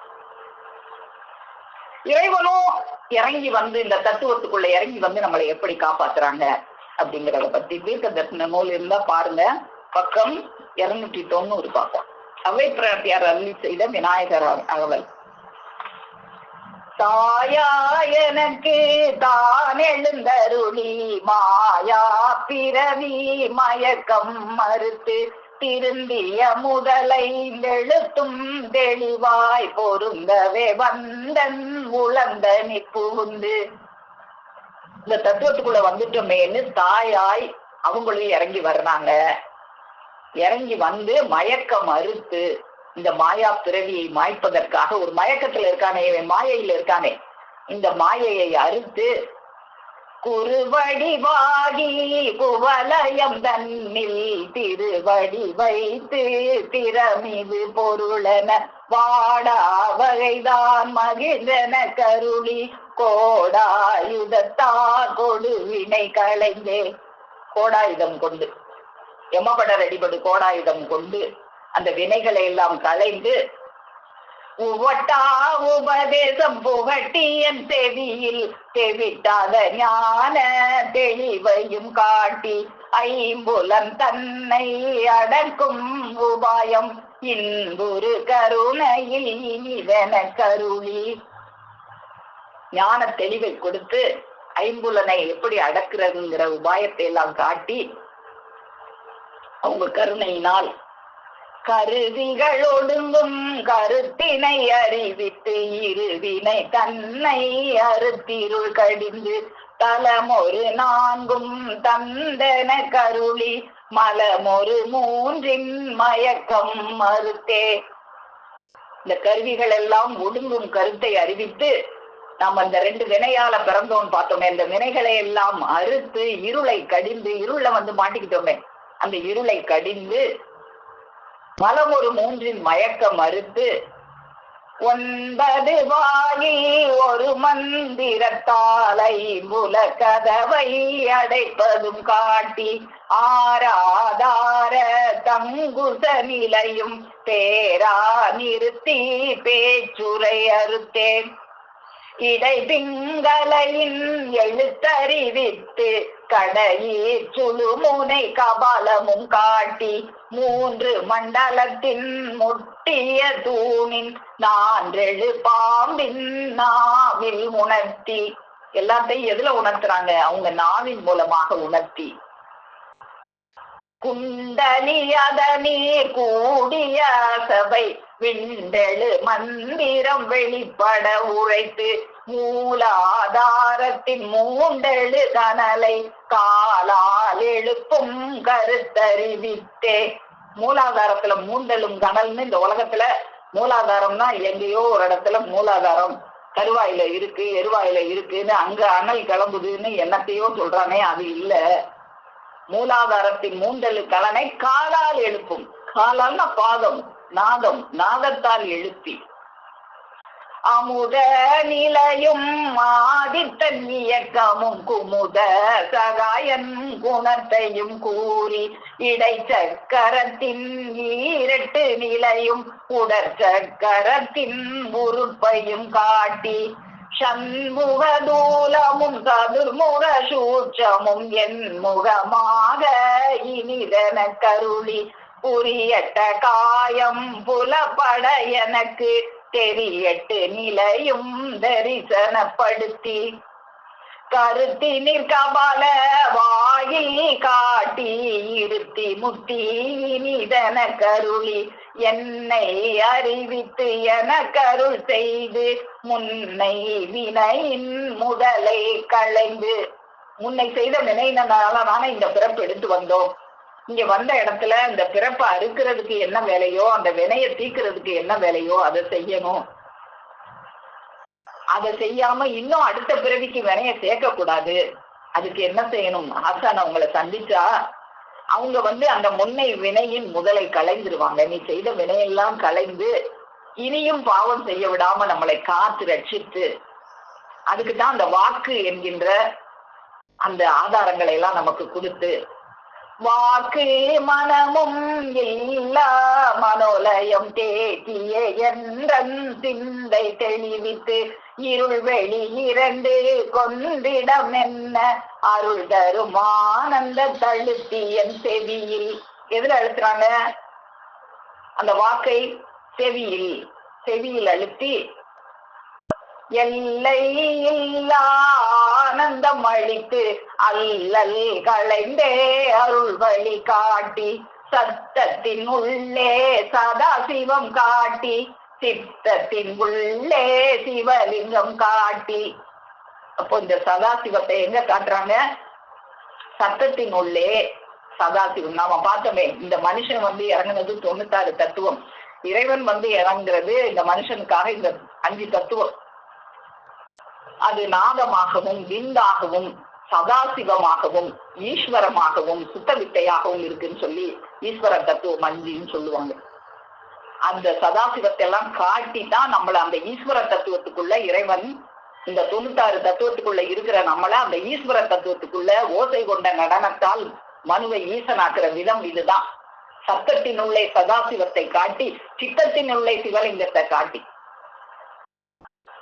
அணுவீர் கணுவாய் அப்பாலு கப்பாலாய் கணு முற்றி நின்ற கரும்புள்ளே காட்டி வேடமும் நீரும் விளங்க நிறுத்தி கூடுமை தொண்ட குலாத்துடன் கூட்டி. யாரோட கூட்டி வச்சிருக்காங்க நம்மளை எல்லாம்? தொண்டர் குலாத்தோட கூட்டி வச்சு கூடி கூடி கூடி கூடி நம்ம இப்படி எல்லாம் பேசும்போதுதான் நமக்கு எல்லாமே தெரியும் அப்படிங்கறதுக்காக நம்மளை இப்படி எல்லாம் கூட்டி வச்சு அஞ்ச கரத்தின் அரும்பொருள் தன்னை நெஞ்ச கரத்தின் நிலை அறிவித்து தத்துவ நிலையை தந்தனையாண்ட வித்தக விநாயக விரை கழல் சரணே. இதுதான் தத்துவ நிலை. இந்த தத்துவ நிலையை தந்து என்னை ஆண்ட வித்தக விநாயக விரை கழல் சரணே அப்படின்னு இந்த தத்துவத்துக்குள்ள நம்ம எப்படி வந்தோம், இந்த மனித தத்துவத்திலிருந்து அந்த இறை தத்துவத்துக்கு நாம எப்படி போகணும், அதுக்கு எப்படி சத்தத்தின் உள்ளே சதாசிவத்தை காட்டி அந்த தத்துவம் கடந்த நிலைக்கு நம்ம போகணும். இந்த இறைவன் தத்துவத்தை எல்லாம் கடந்தவங்க, நாமளும் தத்துவம் கடந்து அந்த ஆதிக்கு முன் ஆதி அனாதியான காலத்துல அந்த ரோஸ்மிதாக்குடைய காலத்துல இறைவனோட தான் இருந்தோம். அப்படி இருந்த நாம இந்த தத்துவத்துக்குள்ள வந்து மாட்டிக்கிட்டோம். இப்ப அதுல இருந்து விடுபட்டு அந்த தத்துவம் கடந்த தயாநிதி கடலோட போய் சேரணும். அதுக்குதான் நமக்கு வந்து பெருமானவங்க வந்து அந்த இறைவன் எப்படி இருக்காங்க, அந்த 6 ஆதாரம்னா என்ன அப்படிங்கறதெல்லாம் நமக்கு எடுத்து கொடுத்து அந்த தத்துவம் கடந்த தயாநிதி கடலோட நம்ம சேர்றது,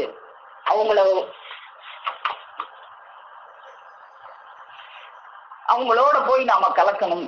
அதுதான் நம்முடைய, அதுக்காகத்தான் இவ்வளவு இந்த கருவிகளுக்கெல்லாம் வல்லமை கொடுத்து இந்த தத்துவத்திலேயே மாட்டி இருக்காம இந்த தத்துவத்தை கடந்த நிலைக்கு நாம செல்லணும். அதுக்கு பெருமானவர்களுடைய அந்த துணை வேணும். அதுக்காகத்தான் அவங்களும் அந்த தத்துவத்துக்குள்ள இறங்கி வந்து, நீ இந்த துக்க தேகத்துக்குள்ள வந்துட்டே உன்னைய காப்பாற்றணுங்கிறதுக்காக நானும் இந்த துக்க தேகம் ஏற்று வந்தேன் அப்படின்னு அவங்களும் இந்த தத்துவத்துக்குள்ள இறங்கி வந்தாங்க. ஆனா அவங்க யாரு? தத்துவம் எல்லாம் கடந்த தயாநிதி. தத்துவம் கடந்த தயாநிதி கடலே சங்கற்ப விகற்பமில் கடலே நித்தியம் விளங்கும் நித்தில கடலே நீ நான் என்றிரண்டிலா கடலே. இப்ப நீ வேற நான் வேற வந்துட்டோம். ஒன்னாத்தான் இருந்தோம், பிரகாசத்துக்குள்ளதான் இருந்தோம். ஏதோ ஒரு இச்சையில இந்த இருளுக்குள்ள புகுந்துட்டோம். இப்ப திரும்பவும் அவங்கள போய் சேர்றதுக்கு பேர் தான் முக்தி, விடுதலை. இந்த இருள்ல இருந்து விடுதலை பெற்று அந்த ஒளியோட ஐக்கியமாகணும். முக்தியின் கடலே முருசல்கள் கடலே முப்பதி சோபன கடலே பத்தி சிறந்த முத்தூரை மதீனா பதிமுகம் மதுமதி கடலே. அப்போ இந்த தத்துவங்கள் எல்லாம் நமக்கு கொடுத்து இந்த தத்துவம்ங்கிற சிறைக்குள்ள நம்ம அகப்பட்டிருக்கோம். இந்த சிறைக்குள்ள அகப்படும் போது நம்மளை காப்பாற்றி கூட்டிட்டு போறதுக்காக தான் இந்த தத்துவம்ங்கிற ஒரு இதை அமைச்சு நம்மளை அதுக்குள்ள போட்டு இதுல இருந்தும் நம்மளை காப்பாற்றி கூட்டிக் கொண்டு செல்வதற்காக இறைவனும் இந்த தத்துவ கடலுக்குள் ஒரு 5 தத்துவமாக நாதம், விந்து, ஈஸ்வரம், சதாசிவம், இந்த சதாசிவ தத்துவத்தை எல்லாம் நமக்கு எப்படி சத்தத்தினாலே சதாசிவத்தை காட்டி அவை பிராட்டியார் அருளி செய்தது போல அந்த சத்தத்தை கொடுத்து நாமெல்லாம் எங்கேயோ வந்து இருக்கோம். நம்மளை கூட்டிட்டு போறதுக்காக சொல்லுவாங்க, இந்த குயில் வந்து முட்டைய வந்து அது கூண்டுல போடாதான், அதுக்கு வந்து கூண்டு கட்ட தெரியாதான். அதனால காக்கா கட்டுற கூட்டுல போய் முட்டையை போட்டுட்டு வந்து காக்கா அந்த முட்டையை பொறிச்சு அடகாத்து வளர்த்த பிறகு அது வந்து குரல் கொடுக்குமா, இந்த குயில் கொஞ்சம் குரல் கொடுத்து அதோட சேர்ந்து பறந்து போயிருமா. அது போல அந்த நாதத்தை கேட்ட உடனே நாம வந்து இந்த தத்துவத்துக்குள்ள மாட்டி இந்த உலகத்துல வந்து இருக்கிறோம். அந்த சத்தத்தை சதாசிவம் வந்து அந்த சத்தத்தை காட்டின உடனே ஆஹா இதுவல்லவா நம்மளுடைய தாய் அப்படின்னு தெரிஞ்சு அவங்களோட சென்று நீ வேறு நான் வேறு இல்லை அப்படின்னு அவங்களோட ஐக்கியமாகணும். அதுதான் நம்மளுடைய கடமையாக இருக்கிறது. அப்படியாக நம்ம இந்த கடமையை செய்வதற்காக நம்முடைய பிரானவர்கள் அந்த பிரகாசத்திலிருந்து இருட்டுல மாட்டிக்கொண்ட அந்த ஆன்மாக்களை காப்பாற்றுவதற்காக இந்த தத்துவம், இத்தனை தத்துவங்கள், இத்தனை வேலையாட்களை நிறுவிய ஒரு தேகத்தை நமக்கு கொடுத்து அந்த தேகத்திலிருந்து அவங்களுடைய சத்தத்தை கொடுக்கும் போது அந்த சத்தத்தை உணர்கின்ற அந்த சக்தியையும் நமக்கு கொடுத்து, எந்த மிருகங்களுக்கும் அந்த சக்தி இல்லையே, அதை கொடுத்து அவங்க நாத தத்துவமாக வந்து அந்த நாதத்தை கொடுத்து நம்மளையெல்லாம் இந்த தத்துவம் என்கின்ற சிறைக்குள்ள இருந்து அழைத்து சென்று நீ வேறு நான் வேறு இல்லை என்று அவர்களோட நம்ம ஒன்றாக ஆக்கிக் கொள்வதற்காக நமக்கு வந்து தினமும் அந்த சத்தம் என்கின்ற சதாசிவத்தை காட்டி நமக்கு அருள்பாலித்துக் கொண்டிருக்கும் நமது பெருமானவர்களது பொற்பாதம் போற்றி பணிந்து நமஸ்கரித்து என் முத்திப்பேருரை மேலும் மேலும் முழங்கும் என்று கூறி உங்கள் அனைவரிடமிருந்து விடைபெறுகிறேன். அனைவருக்கும் நமஸ்காரம். ஜீவ சகோதரி சாலை பரமேஸ்வரி அக்கா அவர்கள். இன்னொரு அக்கா மட்டும் நான் கொஞ்சம் தெரிஞ்சுக்கிட்டேன். நல்ல விஷயம். அதாவது நம்ம ஒண்ணு நினைக்கிறோம்னா அது ஒண்ணு நடக்கும். அதுதானே மேன் ப்ரப்போஸ் காட் டிஸ்போஸ் அப்படின்னு சொல்லுவாங்க. அது ரைட்டு, அதை கடந்து வந்தாச்சு. இன்னைக்கு மற்ற பகுதியில பார்த்ததுல இன்னைக்கு எடுத்த அந்த 307வது திருவாக்கியத்தை தொடர்ந்து 96 தத்துவங்களை பார்ப்போம் அக்கா சொன்னதுல இன்னைக்கு நம்ம என்ன எடுத்து நினைவுபடுத்திக்கிறோம் அப்படின்னு பார்த்தா, அந்த பாடல் அக்கா சொல்ல சொல்ல அந்த பாடல் நினைவுக்கு வந்தது. அதே பாடல் அவங்க எடுத்து வழங்கினாங்க. சோடசர் இல்லை. எப்பயுமே உண்மை அப்படின் போது ஒன்னாதான் இருக்கும் ஆன்சர். பொய் தப்பு அப்படின்னா பலவா இருக்கும். அது போல இதுதான் அப்படின்னும் போது நமக்கு எல்லாருக்குமே தெரிஞ்சிருக்கக்கூடியதுதான். அந்த 6 ஆதாரங்கள் ஒவ்வொன்றும் தனித்தனியா எப்படி மணிப்புரம் பாதசாரம் அது வரிசையெல்லாம் சொன்னீங்க. ரைட், அதை வரிசையா படிச்சல வர பிறவியர்கள் ஜீவ சகோதரிகள்லாம் சொல்லுவாங்க. அப்ப அது போல இந்த சோடசிறையில ரொம்ப அட்டவர்த்தனமா தான் தெய்வம் இறக்கி வச்சிருக்காங்க. சோடசிறைக்கு அப்புறம் தொடர்ந்து வர அந்த பிள்ளைத்தமிழ் அதுல கூட ஒரு இடத்துல தெய்வம் மின்னி காட்டுறாங்க. அதே போல அந்த 6 ஆதாரம் போது வெளி உலகத்துல சொல்லக்கூடிய விஷயங்கள் ஒன்னா இருக்கு. அதைத்தான் அவ்வளோ பிரதானமா அவ்வளோ நேசமா அப்படியே இதுதான் இப்படித்தான் அப்படிங்கிறாங்க. ஆனா தெய்வம் வந்து திருவாக்கிட்ட ரொம்ப அசிங்கமா யாத்தி நம்ம சொல்ல சங்கடப்படுகிறதோ அவங்க உத்தரவு பண்றாங்க. என்ன இந்த சதுக்குள்ள போய் இருக்கும், அதே அங்கேயே இருக்கும். அப்பேற்பட்ட அந்த அது என்ன அவங்க குண்டலினி சக்தி எழுப்புறாரா அவர் உட்கார்ந்துட்டு. என்ன குண்டலினி சக்தி? குண்டலியும் கிளியும் குளவும் பஞ்சாட்சரமேனா அது எப்படி அங்க பழகிட்டு இருக்கு எப்படி இருக்கு அப்படின்னா அந்த பஞ்சாட்சர பாடல்ல தெய்வம் உத்தரவு பண்றாங்க. அது போல இதெல்லாம் கிடையாது. அப்ப கண்டம் கடந்து யம கண்டம் கடந்து அந்த ரெண்ட பகிரண்டும் ஒன்றா இளங்கும் பதம் அப்படிம்பாங்க அந்த பாடல்ல. அப்ப எல்லாமே ஒன்னா இருக்குதுன்னு போது வேலை மத்ததுக்கெல்லாம் வந்து இந்த உடல் அதான் 3ஆ பிரிக்கிறாங்க தெய்வம் உடலை. அதை வந்து அறிவுரை படத்தை உத்தரவு பண்றாங்க. என்னென்னது? ஆகாய லோகம், பூலோகம், பாதாள லோகம்.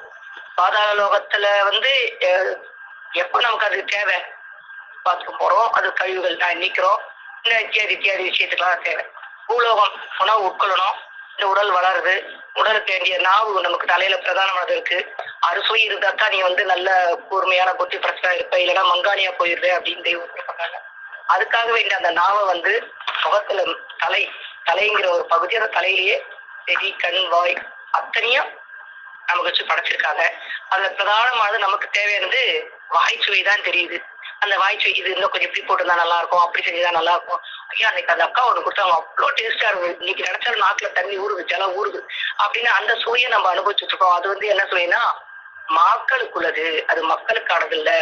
மாக்களுக்குரிய சுவை தான் அந்த வாய் சுவை, அது மிருகங்களுக்கு தான் சுவை. அந்த சுவையில தான் நம்மளும் இருந்துட்டு இருக்கோம். 6 அறிவு உடல் எடுத்து 5 அறிவு உபச்சிலேயே கிடந்து அதுல இதுவும் அடங்கிடுது. அப்ப செவிச்சுவையாக வருஷிக்க பெறும் பொழுது அப்படிங்கிறாங்க. அப்ப அந்த செவிச்சுவைன்னு ஒண்ணு இருக்கே, ஒரு ராகமா ஒரு பாடலை கேட்டா நல்லா மனசு வந்து அப்படி நல்லா இன்பமா கேட்கலாம் போல இருக்கு.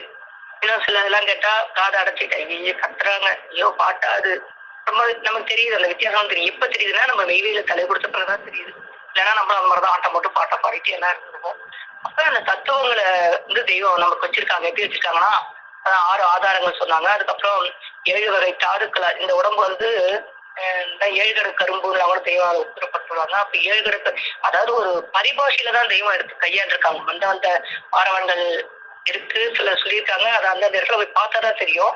இப்ப 7 வகை அப்படிங்கிறாங்க. அது தத்துவங்கள். அந்த தத்துவங்கள் இருக்குன்னா 7ஆ இருக்கு. எப்படின்னாக்கா சொன்னாங்க ரதம், ரத்தம், மஞ்சை, எலும்பு, சதை, இப்படியாக நம்ம ஒன்னொன்னா பாக்குறாங்க. ஒன்னொன்னா பார்த்து இதைத்தான் தாவரங்களுக்கு சொல்லும் போது தெய்வம் படிப்பாங்க. உள்சவு, வெளிச்சவு, நரம்பு சவு, இந்த மாதிரி மட்டை, மேற்பட்டை, தோள்பட்டை அத்தனையும் அதாவது தாவரங்களுக்கு எப்படி இருக்கோ அதே போல மனித தேகத்துல வச்சு உண்டாக்கியிருக்காங்க. அப்ப நரம்புன்னு எடுத்துட்டோம்னா இப்படி இருக்கிறது இந்த சயாட்டிக்கான்ற நிறைய பிரச்சனை அனுபவிக்கிறாங்க. சயாட்டிக்கான்ற நரம்பு வந்து நல்லா அப்படியே இருக்குது, தொடையில இருந்து அந்த கால் வரைக்கும் போகக்கூடிய ஒரு நரம்பு. அதுதான் நம்ம சரியா பராமரிக்க விட்டோம்னா அது பெரிய தொந்தரவு கொடுத்து நிற்க முடியாம உட்கார முடியாம பலவேறு. அப்ப அது இடையில ஒண்ணு சொன்னாங்க அக்கா வந்து இந்த எக்ஸசைஸ் பண்ணணும், ரத்த ஓட்டம் இல்லைன்னா நோய் வந்துடும், ஒரு எங்கெங்கெல்லாம் ரத்தம் முடியும் அங்கே வியாதி. அப்ப ரத்த ஓட்டம் சரியா போனா முறையான உடற்பயிற்சி அதெல்லாம் இப்ப அடியாரும் கொஞ்சம் செஞ்சுட்டு இருக்கனால்தான் உடலும் கொஞ்சம் ஆரோக்கியமா இருக்கு. பெருசாலாம் ஒண்ணும் இல்லை, ரொம்ப நம்மளால செய்யக்கூடிய விதத்துலதான் அந்த உடற்பயிற்சி அமைச்சிருக்காங்க. சொன்ன மாதிரி ஒரு கை அப்படின்னா முன்னங்கையை முன்னாடி நம்ம மறக்கிறோம், ஆனா அதே பின்னாடி மறக்க முடியுமா? மறக்க முடியாது. அப்ப இந்த யோகாசனங்கள்லாம் செய்யறவங்க என்ன பண்றாங்க, ஓரளவுக்கு இந்த பார் விளையாட்டு விளையாடுறவங்க, ஒரு கம்பி வலைக்குள்ள போய் போயிட்டு நுழைஞ்சு வர்றவங்க, அவங்க என்ன பண்றாங்க, அதை பழகி இருக்காங்க. அப்ப அவங்களுக்கு அந்த எலும்பு இருக்குமா, அந்த எலும்பு எப்படி இருக்கும் அப்படிங்கிறது தெரியல. அப்ப தெய்வமும் எலும்பு எதாக பாடுபட்டிருக்காங்க. எலும்புன்றது உடையக்கூடிய தன்மை உடையது. ஆனா தெய்வம் பாடுபட்டு தவம் பண்ணும்போது எலும்பெல்லாம் இழக பாடுபட்டு வராங்க. அப்ப அந்த வேட்பாடு எந்த அளவுக்கு அவங்க அந்த பாதனை அனுபவிச்சிருப்பாங்க. எலும்பெல்லாம் இழகிறதுலாம் சாமானிய விஷயமா அது. அப்ப அதை நமக்கு வெளியாக்கி இருக்காங்க. அப்ப நம்ம உணர்ந்துக்குமா அப்படிங்கிற நோக்கத்துல கருணையில வெளிப்படுத்திருக்காங்க. அப்ப எலும்பெல்லாம் இலக நாம் தவத்துல இருந்தோம் அப்படின்னு தெய்வம் சொல்றாங்க. அப்ப அது போல இந்த தத்துவங்களை நம்ம சொல்லிட்டே வரும்போது ரத்தம் மாமிசம், அப்ப இந்த இருதயனாக்கா அந்த ரத்த மாமிச வாடகை இதையா சொல்றாங்க இருதயம். அப்ப எது இருதயம் அப்படின்ற தெய்வம் கேள்வி கேட்கிறாங்க. இப்படி ஒண்ணுன்னா அறிவிச்சுட்டு நமக்கு எடுத்து கொடுக்குறாங்க. ஈரலங்க யமனுமாமின்னு ஒரு பாடல். ஆமா, யமனா எது இருக்குன்னா இந்த ஈரல், அந்த ஈரல் தான் யமனாவே இருக்கு. அதை போய் சளி தேங்கிக்கும், சளி கட்டிக்கும். அதை நம்ம எவ்வளவு போராடினாலும் அதனுடைய தன்மையை வீரியமா தான் இருக்கும். நம்மளும் அந்த சுக்கு மிளகு திப்பிலி இப்படி இத்தியாதி எல்லாம் போட்டு நம்ம பண்ணுவோம். செய்ய செய்ய செய்ய அது வேற பக்கம் வேற மாதிரி ஏதோ அப்படியே அட்ஜஸ்ட் ஆகி போயிட்டு இருக்கோம். அதனுடைய ஒரு விளைவு நமக்கு தெரியாதனால சிலதெல்லாம் நம்ம மாற்றி பண்ணிட்டு இருக்கோம். அப்ப இந்த உடலுக்கு வேண்டிய அத்தனை சம்ரட்சணைகளுக்கும் தேவையானதையும் இந்த பூமியை வச்சு படைச்சிட்டாங்கன்றத நம்முடைய ஆதிமனத்திலே முதல் பகுதியிலேயே பார்க்கிறோம். என்னென்ன இருக்கிறது வரிசை அது ரொம்ப அழகா இருக்கும் படிச்சா. அது போல எல்லாமே வச்சு படைச்சிருக்காங்க. இதுல இந்த நாவ ஒண்ணு குறி வச்சு எத்தனை படைச்சிருக்காங்க, சுவையில எடுத்த இனிப்புல எத்தனை வகை, புளிப்புல எத்தனை ரகம் அப்படின்னு இப்படி நாவை மட்டும் குறி வச்சு போட்ட விடல. கண்ணுக்கு எவ்வளவு அழகழகான மலைகள், பசுமையான காட்சிகள், அழகுகள். எது அழகுனா அந்த பாடல் ஒருத்தர் பாடுவார் அந்த மாமா, கோவிந்தாயன் மாமா. பச்சை மாமலை போல் மேனி பவளவாய் கமல செங்கன். அப்ப அவர் பாடிட்டே போறாரு. அவங்க 2 பேரும் உட்காந்து அந்த காட்சியை பார்த்துட்டே வராங்க. அவ பார்க்க அவங்க கண்ணுல நீர் பெருகுது. நீர் பெருகுற உடனே என்ன நம்ம ரொம்ப நல்லா பண்றோம் போல இருக்கு, அதான் காட்சியம் பண்றவர் அவரு நல்லா பண்றோம் போல இருக்கு, இவங்க அழுதுட்டு இருக்காங்களே, அது முன்னாடி உட்காந்துருக்காங்க அழுதுட்டு இருக்காங்க. அந்த இது முடிஞ்ச உடனே இறங்கி போய் அவங்க நல்லா இருந்ததா, நான் பாடினதெல்லாம் ரொம்ப நல்லா இருந்ததா, நீங்க அழுதுட்டு இருந்தீங்க நான் பார்த்தேன். ஆமா, நாங்க அழுதுட்டு இருந்தீங்க, பாடிண்டே வந்தீங்க, நாங்க பார்த்துட்டே வந்தோம் அந்த காட்சிகளை அப்படின்னு அவங்க சொன்னது ரொம்ப பிரமாதமா இருந்ததுன்னு பேசலாங்க அந்த மாமா இருக்கிற. அது போல அந்த காட்சிகள் எல்லாம் தெய்வம் இங்க இருக்கிற அத்தனை அனந்தவருக்கும் காட்சிகள் கொடுத்துருக்காங்க. காட்சிகள் கொடுக்க போறாண்டி அந்த காட்சியை காண கருணை செய்வாண்டி. அதே மாதிரிலாம் சொல்லிட்டு இந்த தத்துவங்கள் கூட அது ஏன் அப்படி வருதுன்னா தெய்வம் எல்லாத்தையுமே காமிச்சு சும்மா செயல்ல நிரூபிச்சு காமிச்சாங்க. சும்மா அப்படியே பூம்பாலாம் கிடையாது, மந்திரம் தந்திரம்லாம் கிடையாது. ஆனா மந்திரமும் பிறந்த தலை எங்கன்னு கேட்கிறாங்க. அந்த மந்திரம்ன்றது என்னது, எந்திரன்றது என்னது, யமவாதியை கிடக்கும் எந்திரம் அப்படின்னு ஒரு மலர் வச்சிருக்காங்க. அப்ப அந்த தந்திரங்களை தான் அவங்க எல்லாம் யூஸ் பண்ணாங்க. தன்னுடைய திறத்துதான் மக்களுடைய பிரயோகிச்சாங்க அவங்க. அப்படி இருக்கும்போது இந்த தத்துவங்கள் ரொம்ப சுவர் ரத்தம் உறைஞ்சு போகக்கூடிய தன்மை உடையது. காற்றுப்பட்டா என்ன ஆகும், உறைஞ்சிரும். அப்படி உள்ள அந்த ரத்தம் நமக்குள்ள அந்த உஷ்ணம்ன்றது இருந்துட்டே இருக்கும்போது அது உறையாம ஓடிட்டே இருக்கு.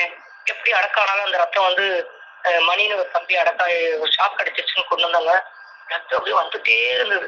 அது 8 வருஷத்துக்கு முன்னாடி அதை பார்த்த கட்சியான சின்ன பிள்ளை. அப்போ ரத்தம் வெளியில வந்தா என்ன ஆகும், உறைஞ்சிரும். அது உரையிலேயே. அப்ப அதுக்கு யாருடைய செயலா இருக்கும், அந்த கருணையில என்ன அத்தனையா அப்ப உள்ள இருந்து இயக்குறாங்க. அப்ப உள்ள இருந்து இயக்கக்கூடிய அவங்க எஜமானரா எல்லாமே என்ன வேற என்ன. அப்ப அந்த எஜமானரை நம்ம ஒரு முறையேனும் தரிசித்திருந்தால்தான் நம்முடைய எண்ணம் அந்த எல்லைக்கு போகும் தெய்வம் உத்தரப்படுறாங்க. அது போல இன்னைக்கு பார்த்த பாடல்ல அந்த பாடல் வரிசையா படிச்சேன்னா நேரம் ஆகும். சொன்னாங்க மூலாதாரம் முதலாதாரம் மூன்றில் ஒளி தெரிவே மணிப்புரகம் சுவாதிஷ்டானம். பாருங்க, நாதம் தான் அங்க இருக்கு. அந்த நாதம் மணின்னா ஓசை. அந்த ஓசை வலுத்தது நேசம் மிகுத்தது அப்படின்னாங்க. ஓசை வலுக்கும் போதுதான் அந்த நேசம் மிகும். ஓசை வலுக்காம வாய முடிட்டு அது ஒரு பக்கம் இது ஒரு பக்கம் வாய முடிட்டா நேசம் மிகுக்காது. அந்த நேசம் எப்படி இருக்குது அப்படின்னாக்கா புத்தபகவான் அவர்கள் தீர்க்க உங்களுக்கிடையே நேசத்தையும் இரக்கத்தையும் மகிழ்ச்சியையும் பாரபட்ச வெண்மையையும் விளைவேற பண்படுத்துங்கள் அப்படிங்கிறாங்க. பண்படுத்துங்கன்னா ஒரு நிலத்தை பண்படுத்தும். அப்ப நம்மளுடைய மனமும் பண்படணும். அதுக்காக இதை பூரா அப்படியே வரிசையா ஒரு பாருங்க. நேசத்தையும் இரக்கத்தையும் மகிழ்ச்சியையும் பாரபட்சமின்மையையும் சொல்லிக்குவோம். ஆனா பாரபட்சன்றது எங்கெங்கெல்லாம் இருக்குன்றது நமக்கு தெரியும். நம்ம முடிஞ்சளவு கடந்து வரணும். அது செய்ய இந்த தீர்க்கத்துல நைட்ல இரவு நேரத்துல வணக்கத்துல முழுசா சொல்ல எடுத்து 9 மணிக்கு ஆரம்பிக்கிறது, 4 மணிக்கு இருக்கும். அந்த தீர்க்க தரிசனம் வழங்கிக்கிட்டே இருக்கு. ஆக அதுலயும் அப்படி குறிப்பிடுறாங்க. அந்த நேசம் அப்படின்றது எப்படி வரும் அப்படின்னாக்கா அந்த ஓசை வலுக்கிறதுனால தான் வரும். அந்த ஓசை எப்படி வலுக்கிறதுனா அந்த ஓசை ஒளியெல்லாம் மாணவர்களாகி அவருடைய திருப்பாதத்துல நம்முடைய நினைவு வச்சு ஆண்டுகிட்டு இருக்கும்போது தான் அந்த ஓசை வந்து வலுக்கும் அப்படிங்கிறது. அது மாதிரி தத்துவ இந்த குருமணி மலையில இந்த பாடல் படிச்சாங்க. தத்துகள் அரும் கண் பார் சிவப்பேரும், இந்த இன்னொரு பாடல் தத்துகள் அரும் கண் பார் சிவப்பேரும் பார்குரு மூத்த மதில் அப்படின்னு ஒரு பாடல் கொடுத்தாங்க. அது அவ்வளோ பாடல் தமிழ் அதுல வருது. அதே போல இந்த தத்துவங்கள் ஒரு முன்னாடி எடுத்தவனே நமக்கு தெய்வம் கொடுக்குறாங்க. தத்துவ நிலையை அந்த தத்துவம் இருக்கு, அதை அவங்க வந்து தண்ணில வந்து அறிவிக்கிறாங்க. தண்ணில் அறிவித்து நமக்கு என்னன்னு அப்ப புரியுமா? புரியல. தத்துவங்கள் அப்படி இருக்கு, எப்படி இருக்கு, அது தண்ணில வந்து அவங்க அறிவிக்கிறாங்க அப்படிங்கிற பாடல். அந்த பாடலே தெய்வம் பண்றாங்க. நிறைய எடுத்தா வச்சேன், டக்குன்னு இப்போ சொல்லும் போது ஒருமணி மாலை சொடக்கு நிலை அந்த தீர்க்கதரிசில அக்கா ஒரு பாடல் படிச்சாங்க. தெய்வம் வந்து தன்னுடைய சபையை முற்றிலும் வேறானதாக எடுத்துட்டு வந்துட்டாங்க. முற்றிலும் வேறானதுல மனசுல வந்து எந்த துளி கூட சொந்தம் வந்தாலும் ஒட்டிக்க கூடாது, எல்லா சொந்தம் ஒட்டிக்குவாங்கன்ட்டு முற்றிலும் வேறானதாக கொண்டு வந்தாங்க. அதுல அந்த ஞான அகவல் அப்படின்னு ஒரு பாடல் படிச்சாங்க. அந்த ஞான அகவல் சொல்லும் போதே நமக்கு இங்க வந்து ஒரு அகவல் கொடுத்துருக்காங்க. நமக்கு என்ன அகவல் கொடுத்துருக்காங்க யாராவது நினைவு சொல்லுங்க, கேட்டுக்கிறேன். ஞான அகவல் தெய்வம் நான் சொல்றது ஞான அகவல் தானா? அது இது விநாயக அகவல். ரைட், நானே சொல்லிட்டு உங்க கேள்வியே பதிலா சொல்லி ஓகே. ஞான அகவல் தான் நமக்கு கொடுத்துருக்காங்க. அந்த ஞான அகவல் எப்படி கொடுத்துருக்காங்கன்னா அடிமோடி நடுவும் அந்த அது ஞான அகவல். அந்த ஞான அகவல் சுத்தியாக நம்ம தான் படிக்கணும். இப்போ அந்த கோலாட்டெல்லாம் அடிக்கிறதுக்கு சொல்லுவாங்க. அது வந்து மக்கள் விளையாட்டுக்காக படிக்கிறாங்க. படிக்கும்போது தெய்வம் நமக்கு தராக தெரிஞ்சு வச்சிருக்காங்க. இது ஞான அகவல் போல இது விநாயகர் அகவல் அப்படிங்கிறதுனால அது நமக்கு காதுக்கு செவிக்கு சுவையா இருக்கலாம். இருந்தாலும் என்னோட கருத்துதான் இங்க வேற ஒண்ணும் இல்லை. இந்த கருத்துல வந்து ஔவையார் பிராக்டர் ரொம்ப அழகா ஒவ்வொரு வரியுமே மின்னுது. எப்படி மின்னுதுன்னா நம்ம தெய்வம் படிச்சு இறக்கி வச்சதை நம்ம படிச்சிட்டோம். அதை படிச்சிடும் போது அந்த விஷயத்த இவரு அந்த காலத்துல சொல்லியிருக்காங்களே, இவங்க எழுதி மறைச்சு வச்சுக்கிட்டாங்கன்னா தெய்வம் படிச்சிருந்தானே வெளியே எல்லாருக்கும் தெரியற மாதிரி போட்டிருக்காங்க, ஒவ்வொன்றும் அறிவிச்சிருக்காங்க. அமுத நிலையும் ஆதித்தன் இயக்கமும், அமுத நிலையும் ஆதித்தன் இயக்கமும். ஆதி அது தன் இயக்கமா இருக்கு, நம்ம இயங்க முடியாது, அவங்க இயக்கினாதான் நம்ம இயங்க முடியும். குமுத சகாயன் குணத்தையும் கூறி இடைச்சக்கரத்தின் ஈரெட்டு நிலையும் 16 தெய்வமே இடைச்சக்கரத்தின் ஈரெட்டு நிலையும் உடற்சக்கரத்தின் பொறுப்பையும் காட்டி. அப்ப அவங்க உறுப்பை தான் சொல்றாங்க. அவங்க உடல் சக்கரத்துல இயங்குது இந்த உறுப்பு இருக்கு அப்படிங்கறது காட்டி இவங்க சொல்லிட்டாங்கன்னா தெய்வம் எல்லாத்துக்கும் காட்சி வச்சாங்க. அதே மாதிரி சத்தத்தினுள்ளே சதாசிவம் நேற்று அந்த விஷயத்தையும் பேசணும். சத்தத்தின் இன்னொருத்தவங்க கிட்ட பேசிட்டு இருக்கும்போது அப்ப சத்தத்தினுள்ளே சதாசிவம் காட்டி சித்தத்தினுள்ளே சிவலிங்கம் காட்டி.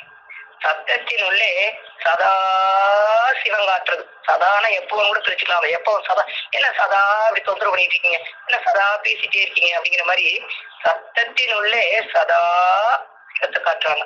சிவம் காட்டி சித்தத்தினுள்ளே சித்தத்தில் ஏற்றி எங்களுக்கே நம்ம பாடல் படிக்கிறோம். அந்த சித்தத்தினுள்ளே சிவலிங்கத்தை காட்டுறோம். அப்ப அந்த சிவலிங்கம் எப்படின்னா சிவன் என்பது ஜீவனாக இருக்கிறது. அந்த ஜீவனை தான் நம்ம சிவலிங்கம் அப்படின்னு தெய்வம் வித்தியாக்கியிருக்காங்க. அது போல இந்த பாடல்லாம் ஒன்னொன்னு எடுத்தாவே கமலமேந்திர மாமா கொண்டு விட்டுட்டு வருவாங்களாம். யாரு கொண்டு போய் விட போறாங்களோ இவரை கொண்டு விட்டுட்டு வாங்கலாம் அப்படின்னு தெய்வம் சத்தம் போடுவாங்களாம். சரிங்க எல்லாத்தையும் அழைச்சிட்டு போய் ஏற்றி விட்டு வருவாங்களாம். ஏற்றி விட்டு வர்றவங்க சாலத்துல வரத்துல அவரு வந்துருவாங்க. எப்படி வருவாருன்னே தெரியாது. அவ்வளவு ஒரு வேகம், அவ்வளவு ஒரு ஆர்வம். ஒரு முறை வேதனை எல்லாம் வாங்கிட்டு இல்லப்பா நீ போய் இருந்துட்டு குடும்பத்தெல்லாம் பார்த்துட்டு அப்புறம் வந்து சேரு அப்படின்னு தெய்வம் ஒருத்தர் பண்ணும்போது வேதனை எல்லாம் எடுத்து அந்த ட்ரெயின்ல போறாராம். மேல அந்த பர்த் இருக்கும் பார்த்தீங்கன்னா அதுல வச்சுட்டு போயிட்டு இருக்காங்களாம். உட்காந்து அண்ணாந்து பாக்குறாரா வேதம்லாம் அவருக்கு சொல்லிக்குதான். அவர் எப்போ என்ன எவ்வளவு பிரச்சனை நமக்கு தெரியாது. ஆனா வேதம் எப்படி இருக்கு, மூடிதான் இருக்கு. நூலெல்லாம் மூடிதானே பத்திரமா நம்ம எடுத்துட்டு போவோம். பஸ்தான் அப்போ அப்படியே மின்னுதான் அவருக்கு. அவர் உள்ள இருக்கிறதுல எப்படி மின்னோம் அதெல்லாம் நினைச்சா ரொம்ப ஆச்சரியமா இருக்கு. அப்ப எல்லாத்தையும் கடந்து நம்ம போகும்போது அவங்க நம்ம எப்படி இருந்தாலும் மாத்துவாங்க. அதனாலதான் தரைதனில் நரராய் தூண்டி காம்பிரி அடையாதோரை முறை சங்காரணி கிரகம் முடித்துமே மனுவாய் மாத்துறாங்க. ஆனா எந்த நிகழ்வும் நமக்கு எப்படி நடந்தது தெரியல. ஆனா தெய்வம் நம்மள மாத்தி வைக்கிறாங்க, நம்மள மாறிட்டு இருக்கோம். அது யாரு நம்பினர்கள்லாம் 4ஆம் மதம் கொடுக்குறாங்க. நான் நம்புறேன், எனக்கு 4ஆம் மதம் தெய்வம் கொடுப்பாங்க, கொடுக்குறோம். இல்லைனாலும் எனக்கு அவங்களும் வாதம் தொடரும். அதெல்லாம் அவங்க அதை நம்பி நீ நம்பு, கேளு, என்னைய நம்பி கேளு. பொய்யா கூட அழுன்றாங்க, பொய்யாவது அழுல அவனுக்கு மெய்யா கொடுக்கணும். இதுக்கு மேல தெய்வம் எப்படி பண்ணுவாங்க? தெய்வமே அவங்கதான் நம்மள கருணை கொண்டு ஆட்கொள்ளலாம் என்று கூறிக்கொண்டு வாக்கியம் ஒண்ணு படிச்சாங்க. அந்த வாக்கியம் சொல்லும் போதே முதல்ல வித்து ஞாபகத்து வந்தது. பிச்சை வித்து எல்லாரிடம் இருக்கிறது, அது பிச்சுதான் எல்லாத்துக்கும். என்ன அது பாடல்ல திருந்தல் பாடல் பூரண புரியல. சித்தத்தை தெளிய வைத்து சித்தத்தீருத்தி சித்தத்துலதான் இருக்கிறாங்க. அப்ப அந்த பிச்சத்தை தெளிய வைக்கிறோம். அந்த அருமருந்து என் கையில் இருக்கிறது. இந்த திருவாக்கியத்துக்கு அந்த பாடலுக்கு ஒத்துவது. வித்தென்னும் வித்து எல்லோரிடமும் இருக்கிறது, அதனை தெளிய வைக்கும் மருந்து உலகத்தவர் கையில் இல்லை. அது வெளி உலகத்தை சொல்லிட்டாங்க, அங்க யாருக்கும் கிடையாது. பயங்கரம் என்ற வயிற்றுக்குள் இருப்பது தேவதத்தர் என்ற வாயு, அதன் மதலை தனஞ்செயன், இரண்டும் பித்தத்தினால் விளைவன. பித்தம் தெளிந்தால் கோபம் இல்லை, அதை தெளிவிக்கும் தேவ மருந்து எமது கையில் இருக்கிறது. இன்னொரு திருவாக்கியம் அந்த அபானன் வாயு பத்திலாம் சொல்லும் போது இன்னொரு திருவாக்கியத்துல எங்க இருக்கு தெரியல. ஆனா தெரியல எத்தனை நாளைக்கு சொல்லிட்டு வரதில்ல. அது இந்த கடைசியா போறது அந்த தனஞ்செயன்ற வாயுதான். அது இருக்கிற வரைக்கும் அந்த 2 நாள் 3 நாள் தங்கி இருக்கும். நம்ம நூல்லயே கொடுத்துருக்காங்க, எந்த திருவாக்கியத்துல கொடுத்துருக்காங்க ஞாபகம் இல்ல. அந்த ஒரு திருவாக்கியமும் அதுல இருக்கு. அத மாதிரி உதாரணன் அதெல்லாம் உலகத்தான் எடுத்து சொன்னாங்க, மிக சிறப்பா இருந்தது. அது ஒரு உலகம், தனியா ஒரு உலகத்துக்கு போயிட்டு வந்த மாதிரி. இதெல்லாம் நம்பதானா, இதெல்லாம் சேர்ந்ததுதான் நாமளா அப்படின்னு நினைச்சு பார்க்கும் போது ஏதோ ஒரு அற்புதமான ஒரு விஷயமா தான் இருக்கு. அதை அப்பப்ப நினைவுபடுத்தி நினைவு கூர்ந்து கொள்ள வேண்டும். கூர்ந்து கொள்ள இடமாறு என்று அப்படிங்கிற மாதிரி அவர்களுடைய முத்தி பேருடைய நம்முடைய திரு வார்த்தைகளால், அவருடைய திருவார்த்தையில நம்முடைய முத்தி பேருகளாக முழங்கும் என்று குறிப்பிட்டு என்னுடைய முத்தி பேரை மேலும் மேலும் முழங்கும். நமஸ்காரம், அனைவருக்கும் நமஸ்காரம்.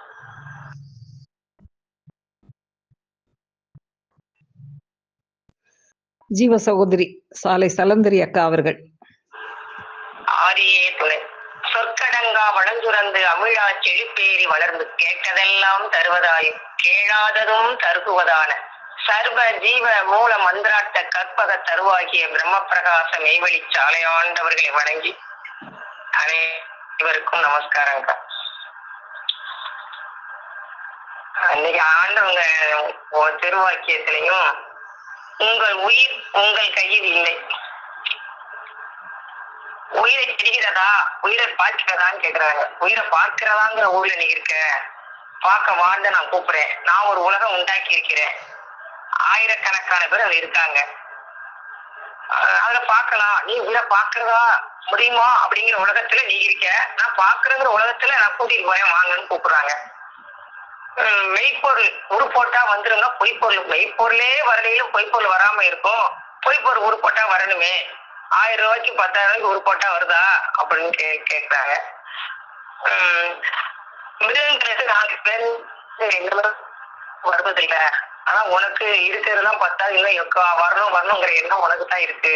ஆனா நாளைக்கு இல்லையா இருக்கு, இருந்தாலும் அந்த எண்ணம் வளரும் அப்படின்னு எடுத்து கொடுக்குறாங்க. புலி செத்தால் பயப்படுவதில்லை, அப்பன் செத்தா பிள்ளை பயப்படுது, பிள்ளை செத்தா அப்பன் பயப்படுறாப்புல, மனைவி செத்தா புருஷன் பயப்படுறாப்புல, புருஷன் செத்தா மனைவி பயப்படுறாங்க.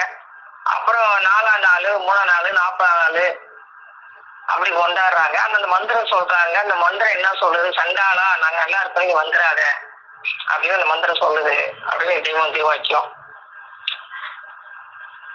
புலி செத்தா பயப்படுறேங்கிறது திருவாக்கியம் திருமஞான அலுவலகத்துல ஒரு வாக்கியம் எடுத்து கொடுத்துருக்காங்க தெய்வம். ஆன்மீக வகுப்புக்கும் தத்துவத்திற்கும் அடி உறவு இருந்துட்டே இருக்கு பாத்தீங்களா தெய்வமே. நினைச்சேன் நீங்க வரும்போதே 114வது வாக்கியம் திருமஞான அருளமுதம்.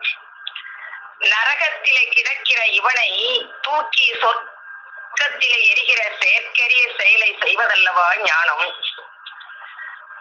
அப்ப நம்ம நரகத்துல இருக்கலாம், தூக்கி சொர்க்கத்துல தெய்வம் வச்சுக்கிறாங்க, அதான் ஞானம். அதாவது அறிவு. அறிவுனா மொத்தமா தெய்வம் மட்டும்தான் அறிவு. மலையை போன்றதையும் கொஞ்சம் கொஞ்சமாக பிரட்டுகின்ற கருவியாக அல்லவா இருக்கிறது. புலியையும் பாம்பையும் படைத்தது எதற்காக என்றால் இவனுக்கு சொல்ல தெரியுமா? சொல்ல தெரியாதவன் சும்மா கிடந்தாலும் பரவாயில்லை. சொல்ல தெரியாது, சொல்ல பேசாம இருந்தாலும் பரவாயில்ல. படைப்பையே அல்லவா கோளாறு சொல்ல வந்து விடுகிறான். பாவியை புண்ணியத்துக்காக புத்தி போட்டுகின்ற காரியத்துக்கு, பாவியை யோகியாக மாற்றுகின்ற பெருஞ்செயலுக்கு புலியும் பாம்பும் பயன்படுகின்றன என்று இந்த உலகத்தில் யாருக்காவது தெரியுமா? பாவியை புண்ணியத்துக்காக புத்தி போட்டுகின்ற காரியத்துக்கு, பாவியா கிடக்கிற நம்ம யோகியா மாற்றுகின்ற பெருஞ்செயலுக்கு புலியும் பாம்பும் பயன்படுகின்றன என்ற இந்த உலகத்தில் யாருக்காவது தெரியுமா? எம்மை தவிர யாராவது இந்த ஓமானத்தை உபயோகித்தார்களா? யாருமே. அதான் தெய்வம் ஒண்ணு உத்தரவு பண்ணா நம்மளுக்கு வழங்கும். இல்ல நான் பேசணும், என் மக்கள் பேசணும். எந்த தெரிஞ்சுக்கிட்டாலும் தெய்வம் உத்தரவு பண்ணி தான் தெரிஞ்சுக்கிட்டோமே தவிர உலகத்துல அந்த மாதிரி பேச்சு எல்லாம் கிடையாது. எமன் சாவுனால ஐயோ இது பேசுறாங்க, அசூசி வார்த்தை, அபசகுண வார்த்தை, இது சொல்றாங்கன்னு தான் சொல்லுவாங்களே தவிர தெய்வம் நம்மளுக்கு எடுத்து கொடுத்ததா சாவை பற்றி யாரும் நினைத்து கொண்டும் பேசிக்கொண்டு இருக்கிறானோ அவர்களை நாம் ஞாபகம் வைத்திருப்போம், மற்றவர்களை மறந்து விடுவோங்கிறாங்க. சாவை பற்றி தான் பேசணும் அப்படிங்கிற எடுத்து கொடுக்குறாங்க. எம்மை தவிர யாராவது இந்த ஓமானத்தை உபயோகித்தார்களா? அவற்றுக்கு பசி என்றால் இதமும் உயிர்களை காவு கொடுத்தல்லவா அவற்றை இறைவன் வளர்க்கிறான். அவற்றிற்கு பசி என்றால் நிதமும் உயிர்களை காவு கொடுத்தல்லவா அவற்றை இறைவன் வளர்க்கிறான். அப்போ என்ன உறுத்தாக, என்ன கவனமாக அவற்றை வளர்க்கிறான். இது எதற்காக? இறைவன் உன்னை தன் அடிநிழலுக்கு இழுப்பதற்காக, உன்னை பாவ கட்டத்தில் அழுந்த விடாமல் பரமபதத்துக்கு இழுக்கிறதற்காகத்தான்.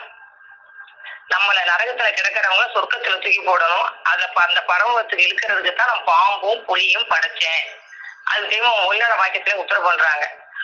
பாம்பு புலிலாம் எதுக்கு படைக்கப்பட்ட என்னை கேட்டாதான் தெரியும். அது செத்து கிடந்தா நீ எல்லாரும் போய் பாக்குற, அது உயிரோடு இருக்கையில நீ பயப்படுற. ஆனா உயிரோட நேசமா இருக்க மனைவி மக்கள் குடும்பம் எல்லாத்தையும் நேசமா இருக்க, செத்து போனா பயப்படுற. அப்ப அங்க வந்து ஏன் பயப்பட? ஒரு துஷ்டத்தனமான ஆயுதம் வந்து உள்ள நுழைஞ்சிடுச்சு, அதனால நீ பயப்படுற.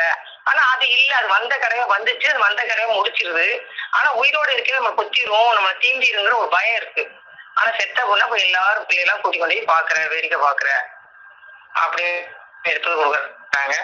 அது இன்னைக்கு திருவாக்கியத்துல புலின்னு வந்ததுனால இந்த வாக்கியத்தை எடுத்து சொன்னேன். அந்த அக்கா இன்னைக்கு 96 தத்துவங்களே 6 ஆதாரத்துல இருந்து ஆரம்பிச்சாங்க. மூலாதாரம், சுவாதிஷ்டானம், மணிபூரகம், விசுத்தி, அநாகதம், ஆக்கை. இது 6 ஆதாரம். அது ஒவ்வொன்றுக்கும் பாடலை படிச்சு நல்ல விளக்கமா நம்ம அறிவு பொருத்தமா கொடுத்தாங்க. அதுல ஆக்கையை பத்தி படிக்கையில அந்த கல்லு இலக்கி சொல்லுமே ஆக்கை தாயாடி வங்காமிடு கும்பகமே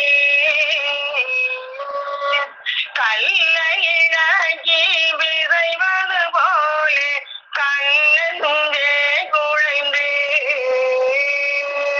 வல்லபமான கலைகள் திறந்து வரும் ஒரு பெருங்கிரணோ நில்லன நின்று வல்லாயிரமாண்டு செல்லுமே வில்லோகை. அப்ப தெய்வம் வந்து ஆர்டர் போட்டு என் புள்ள 1000 மைலுக்கு அப்பா இருந்தாலும் எவன் இங்க போகாதுன்னு ஆர்டர் போட்டாங்க நிற்கும் அப்படிங்கிறாங்க. அப்ப அவங்க ஆக்கைக்கு எல்லாமே கட்டுப்பட்டது. அப்ப என்ன நம்ம எப்படி இருக்கோம்னா கல்லா இருக்கும், கல்லு நெஞ்சா இருக்கும், அதை இழகணும். அப்ப அந்த இழகிறதுக்கு தெய்வத்தோட பாடுதான் அப்ப அக்கா எடுத்து கொடுத்தாங்கல்ல. எலும்பு இலக, குடல் கருக, மூச்சு திட்டு முட்டடிக்க, செத்தே போங்கிற எல்லையில போய் சம்பாரிச்ச ஞானம் இது. அப்படி சம்பாரிச்சுதான் தெய்வம் நம்மளுக்கு கல் நெஞ்சா இருக்கிறவங்களுக்கு அதை இழகிறதுக்கு சொல்லி பழக்கி கொடுத்துட்டு இருக்காங்க. ஆனா அவங்களோட பாடு அதுல அதுக்கு பாட்டுக்கு சொல்லியே முடிக்க முடியாது, அந்த அளவுக்கு பாடு. அதுல கல்லுன்னா நேற்று திருவாக்கியத்தோட தெய்வம் உத்தரவு பண்ணாங்க. ஒரு பனை 2 பாலை, ஒண்ணு கல்லு ஒண்ணு கருப்பட்டி. இப்ப கருப்பட்டி வந்து தெய்வங்களுக்கு வச்சு படைக்கிறாங்க. ஆனா கல்ல படைக்க மாட்டாங்க. அது ஏன் அப்படி மாறுது அப்படின்னா அந்த செய்முறையினால மாறுது. அப்ப நம்மளுக்கு கல்லா இருந்தவங்களை தெய்வம் செய்முறையினால நம்ம மாத்தி வைக்கிறாங்க. நரனா இருந்தவங்களை மனுவாக்கி தேவரை அந்த செய்முறையினால ஆக்குறாங்க. ஒவ்வொரு கருவிகளா மாசு தொடச்சு அதை வெட்டி வெட்டி எரிஞ்சிட்டு கிட்டத்துல போட்டா கூட வந்துருவோம் தூக்கி எரிஞ்சிட்டு மாசு தொடச்சு வைக்கிறாங்க. அப்ப நம்ம கல்லா இருக்கோம். அது தெய்வத்தின் விளக்கம். ஒரு பனை 2 பாலை, 1 கல்லு 1 கருப்பட்டி. அப்ப கல்லா இருக்கிற அந்த பானையில சுண்ணாம்பு தடவிட்டா அது கருப்பட்டி ஆயிரும்.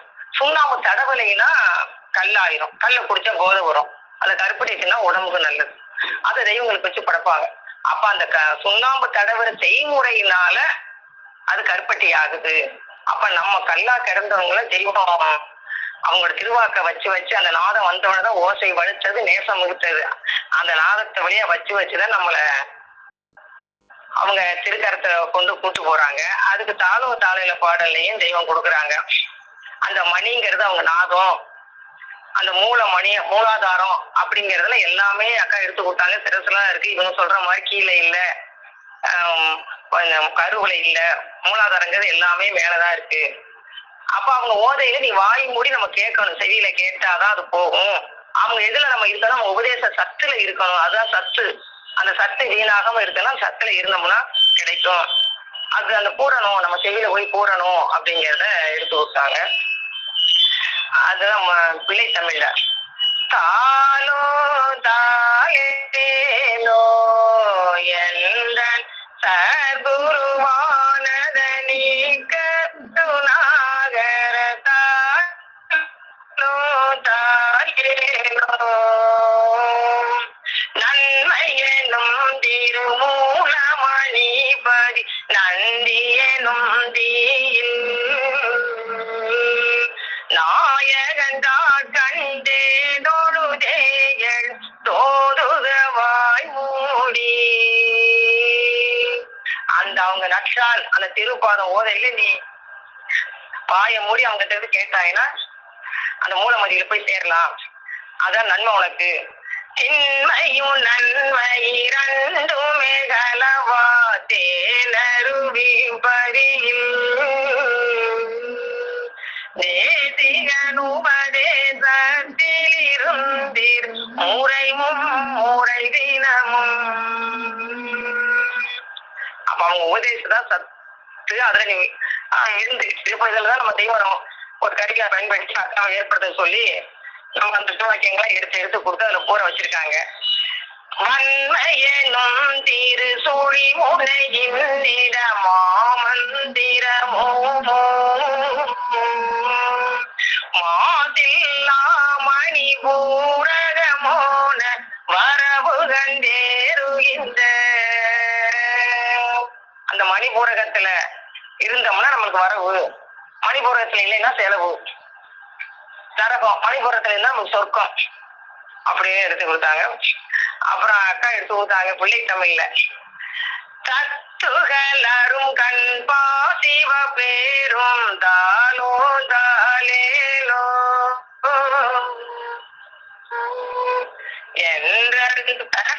என்றனதனி கருணாகர தாலோ தாலேலோ. அப்புறம் குண்டலி பத்தி எடுத்தாங்க அக்கா. குண்டலின்னு தை தை தை சிலம்பு குண்டலிங்கிறது எல்லாரும் அதே மாதிரிதான் இந்த உலகத்துல கீழே இருக்கு அப்படிங்கறத எடுத்து கொடுப்பாங்க. தெய்வம் நம்மளுக்கு இந்த அல்லையில ஒரு முத்து, அந்த ஆழத்துல ஒரு முத்து இருக்கும். அதை எடுத்து நீ மாலையா கோர்த்து போட்டுக்க. இப்ப இந்த தங்கம் எல்லாம் போடுறது உனக்கு ஆபரணம் இல்லை. என்னுடைய வாக்கியத்துல இந்த அல்லையில ஒரு முத்து இருக்கும், அந்த ஆழத்துல ஒரு முத்து இருக்கும். அதை எடுத்து நீ மாலையா கோர்த்து போடுறதுதான் உனக்கு ஆபரணம் அப்படின்னு எடுத்து கொடுக்குறாங்க. நம்மளுக்கு பக்கத்துலயும் வச்சிருப்பாங்க, 4 பக்கம் தள்ளியும் வச்சிருப்பாங்க. டைட்டாவும் தெய்வம் கொடுக்குறாங்க. அந்த குண்டலினா என்ன, அவங்க நாதம் தான் குண்டலி. அதை வாங்கினா இந்த ஆட்சியை பிறக்கும், அந்த ஓசை வலுக்கும் நேசம் நம்மளோட வரும் அப்படிங்கிறதையும் எடுத்து கொடுக்குறாங்க மெய்மனை ஞானத்துல. உவரி போகவும் பூத பூதவே உன்னோடம் வரே நாதமே. ஓரியா இருக்கு நம்ம இதுல. அதெல்லாம் போகணும்னா அவங்க தெய்வத்துடைய நாதத்தை நம்மள வச்சாதான் ஊர்னதான் போகும். அதுதான் குண்டலி.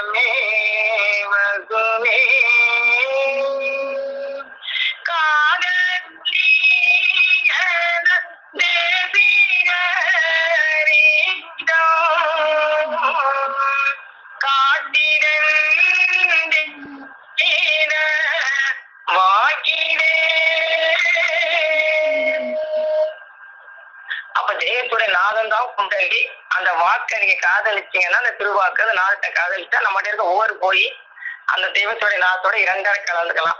நாம் இருபெருமாக வேத பதிக்குள் சென்று சாந்தி என்னும் சலாமத்தை அடைய கடவாய். அப்படியே எடுத்து அப்புறம் கலைகளை பத்தி எடுத்து கொடுத்தாங்க அக்கா. வடகலை, பின்கலை அப்படின்னு 22,000 இருக்கு. அதுல 10 மட்டும் எடுத்துக்கேன் அப்படின்னு சொல்லி எடுத்து கொடுத்தாங்க. அதுலயும் பிள்ளை தமிழ்ல அந்த கலைகளை பத்தியும், கலை என்பது எழுத்தல்ல தேவநாத ஒளி நின்று தோன்றுகின்ற இன்பமும் எடுத்து கொடுக்குறாங்க தெய்வம் வாக்கியத்துல. ஆன்மீகத்திலையும் குடிக்கிறாங்க 64 கலை அப்படின்னு கொடுக்குறாங்க. இதுல கலைமலை அரசன் மகள் மதி அரசி கலைமறை மனிதவசி கண்டிடும் மௌனமென்று நாளில் கடுமாக்கினை போன்று கலைமதி ஏதாயன பல பலவாய் கால்நிலை தீருவதற்கு கடின மனம் வைராக்கியமுடனே கடிசாதனையருகில். அப்ப அந்த கலைமதியை கேட்கணும், அந்த திருவாக்கு அந்த மணித்தவத்துல கேட்கறதுன்னா அதுக்கு கடின மனம் வேணும், வைராக்கியம் வேணும். வைராக்கிய சித்த உள்ளவங்க தான் நிலைக்குங்கிறாங்க. அதுக்கு கடின மனம் வேணும், வைராக்கியம் வேணும். அதுக்கு நிலையா நிக்கிறதுக்கு தான் அந்த மனத்தை தாண்டணுங்கிறாங்க. மூலத்தையும் எடுத்து விட்டாங்க. அந்த மனத்தை தாண்டணும்னா நிலையா மனம் அது நிலைப்படுவதற்கு நீ மாலை தாண்ட நின் மன சுயமுகண்டாச்சரிய வரும் நேர்கை கலந்திடுவார். அப்ப அந்த மும்மலத்தை கடந்து கடின மனம் வைராக்கியத்துல கவனரத்த வேகத்துல போய் தான் அவங்களுடைய பூரண மணித்தவத்துல நம்ம ஏற முடியும் அப்படிங்கிறத எடுத்து. அப்புறம் மாமிசத்தை பத்தி ரசம், ரத்தம், மாமிசம், பச்சை, சுக்கிலம், சுவை, எலும்பு, சுவைங்கிறத 7 எடுத்து கொடுத்தாங்க. அதுல மாமிசத்தை பத்தி வரையில அந்த இடத்துல தெய்வமும் பாட்டையாவும் சம்பாவசனை பண்ணிக்கிறாங்க. முன்னேற வாக்கியத்துல இருக்குது. அப்ப தெய்வம் நினைக்கிறாங்க, வயசானவங்க நம்ம வீட்டு கஞ்சிக்கு வந்திருக்காங்க, அடுத்த கேள்வியில இவங்களை மடக்கிடலாம் அப்படின்னு பாட்டையாவை தெய்வம் நினைக்கிறாங்க. ஆனா பாட்டையா கேக்குறாங்க அந்த நீங்க சாப்பிட்றதுலாம் மாமிசம் தானே, அதனுடைய மனத்தை கையில எடுப்பீங்களா? ஆமா எடுப்போம். பொண்டு அதுக்கு மச்சந்த மாமா சொல்லுவார், பொண்டுக்குள்ள எடுப்பாங்க, எடுத்து மடியில போட்டுக்குவாங்க, போட்டு வீடு முழுவதும் வச்சுப்பாங்க. ஆனா உங்களுடைய மனத்தை எடுப்பீங்களா அப்படின்னு கேட்ட உடனேயே தெய்வத்துக்கு உறைஞ்சு போச்சான். நாம என்னடா நம்ம வீட்டு கஞ்சிக்கு வந்தவங்க பார்த்தா ஏழத்தனமா இருக்கு, அடுத்த இதுல மடைக்கணும்னு நினைக்கிறோம், இவங்க கேட்கிற கேள்வி அறிவு பொருத்தமா இருக்கே, வேற மாதிரில கொண்டுட்டு வராங்க அப்படின்னு சொல்லி தொண்டையை அடைச்சிச்சா ரத்தம் அப்படியே உறைஞ்சு போன மாதிரி ஆயிட்டாங்களாம் தெய்வம். இந்த கேள்விக்கு நான் என்ன பதில் சொல்லிப்பேன்? கேட்கிற கேள்வி நியாயம்தான். ஆடு மாடு கழிச்சு போடுறதுதான் திங்கிது, அதோட மனத்தை நம்ம கையில எடுத்துக்கிறோம். ஆனா உன்னுடைய மனத்தை எடுக்க முடியுமான்னு கேட்கறது சரியான கேள்விதானே. அது அறுசுவையும் சாப்பிடல, அது எடுத்துக்கிறோம், அறுசுவையும் சாப்பிடுறோம். அப்பவே எனக்கு குறைஞ்சு போச்சு. அந்த மாமிசம் இந்த மாமிசத்துல கலந்தா சைவம் போயிரும்னா அப்ப நரக தெய்வமா அப்படின்னு கேட்ட உடனே அப்ப இவங்க தெய்வத்துக்கு அப்படியே உறைஞ்சு போச்சு. நான் என்ன பதில் சொல்லியிருப்பேன், இப்படி உத்தரவு பண்றாங்க, என்ன சொல்லியிருப்பேன், அவங்க கேட்கறது கரெக்டு தானே. அப்ப இந்த மாமிசத்தை நீ வெறுக்கணும் அப்படிங்கிறத அந்த இடத்துல எடுத்து கொடுத்தாங்க மாதிரி உள்ளட வாக்கியத்துல தெய்வம் எடுத்து கொடுத்தாங்க. அதுவும் அந்த மாமிசம் சொல்லையில வந்துச்சு. அப்புறம் சிக்கிலம் சோழிதம்ங்கிறத எடுத்து கொடுத்தாங்க. அதுக்கும் சிக்கிலம் பாடல்கள்லாம் நீங்க அடுத்தடுத்து எல்லாரும் பேச வேண்டியது இருக்கு. அந்த இந்திய மறுநாட்டில் வாழும் நாளில் அப்ப எடுத்தறிய வந்து விழுந்துதான் அதுல வந்தது அழிந்தது லட்சாதி லட்சம் கோடான கோடி. அது நம்ம உருவம் மட்டும் வந்தாங்கிற தெய்வம் அந்த இடத்துல அவங்க அப்படியே உத்தரவு பண்ணுவாங்க. அந்த பாடலை உள்ளாட வகையத்துல படிச்சு லட்சாதி லட்சம் கோடான கோடி அந்த ஒருவன் மட்டும் நம்ம தப்பி வந்திருக்கோம். அதுலயும் தப்பி வந்து இந்த உலகத்துல இருந்து இதையும் மீட்டு நம்ம தெய்வம் அங்கே கொண்டு வந்துட்டாங்க. அப்ப நம்ம எப்படி தெய்வத்துக்கு நன்றி உள்ளவங்களா இருக்கிறோம் என்று கூறி எனக்கு பேரு தொடரும். அனைவருக்கும் நமஸ்காரங்க. ஜீவ சகோதரி சாலை அமிர்தவல்லி அக்கா அவர்கள்.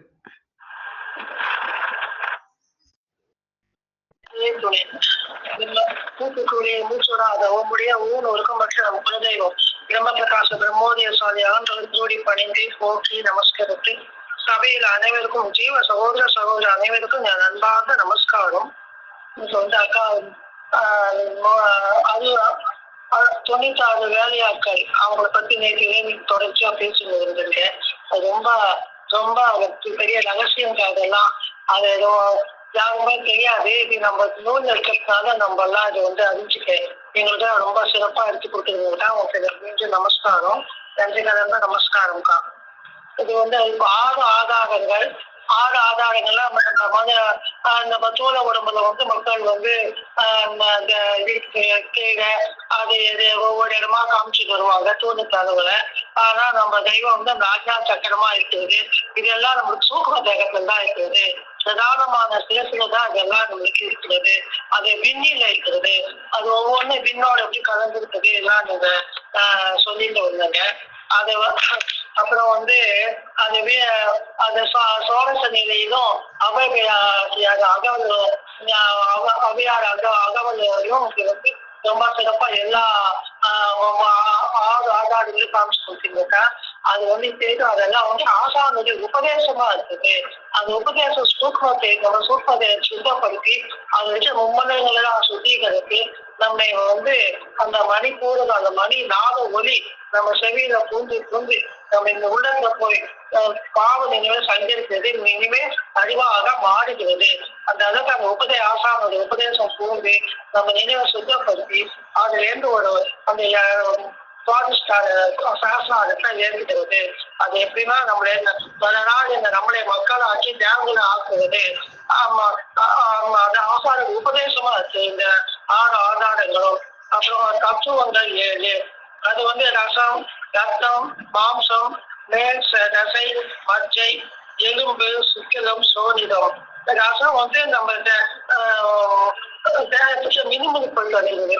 ரத்தம் வந்து நம்ம உடம்புக்குள்ள ஓடிக்கொண்டிருக்கு. அது எங்கன்னா கடப்பட்டு அங்க புண்ணாகுது. அப்புறம் அது புண்ணு ஆகிறதுக்கு கொண்டு வைத்தியங்களாம் நம்ம பண்ணிக்கிறோம். அப்புறம் மாம்சம் வந்து நம்ம உறுப்புகள்லாம் வந்து எல்லா உறுப்புகளையும் அந்த மாம்சத்துல இருந்தாலும் நிர்பந்திச்சிருக்கிறது. எலும்பு வந்து தேகத்துக்கு ஒரு கட்டமைப்பை தருகிறது. எலும்புக்குள்ள மச்சை வந்து எலும்புக்குள்ள சின்ன சின்னதா தம்மதி இருக்கும். அதெல்லாம் அந்த மச்சையாலதான் அதை நிர்பந்திக்கிறது. சுக்கலம் தாத்துக்களாகவும் இருக்கிறது. சுக்கலம் சுரோனிதம். அது வந்து ராகம், காமம், லோபம், குரோதம், மோகம், மதம், ஆச்சரியம், அகங்காரம் இதெல்லாம் வந்து குணங்களா இருக்குது. நாடிகள் வந்து இடகலை, பின்களை அதெல்லாம் அவைகளாட்சியாக அகவெல்லாம் ரொம்ப அழகா சொல்லி வந்திருக்கான்.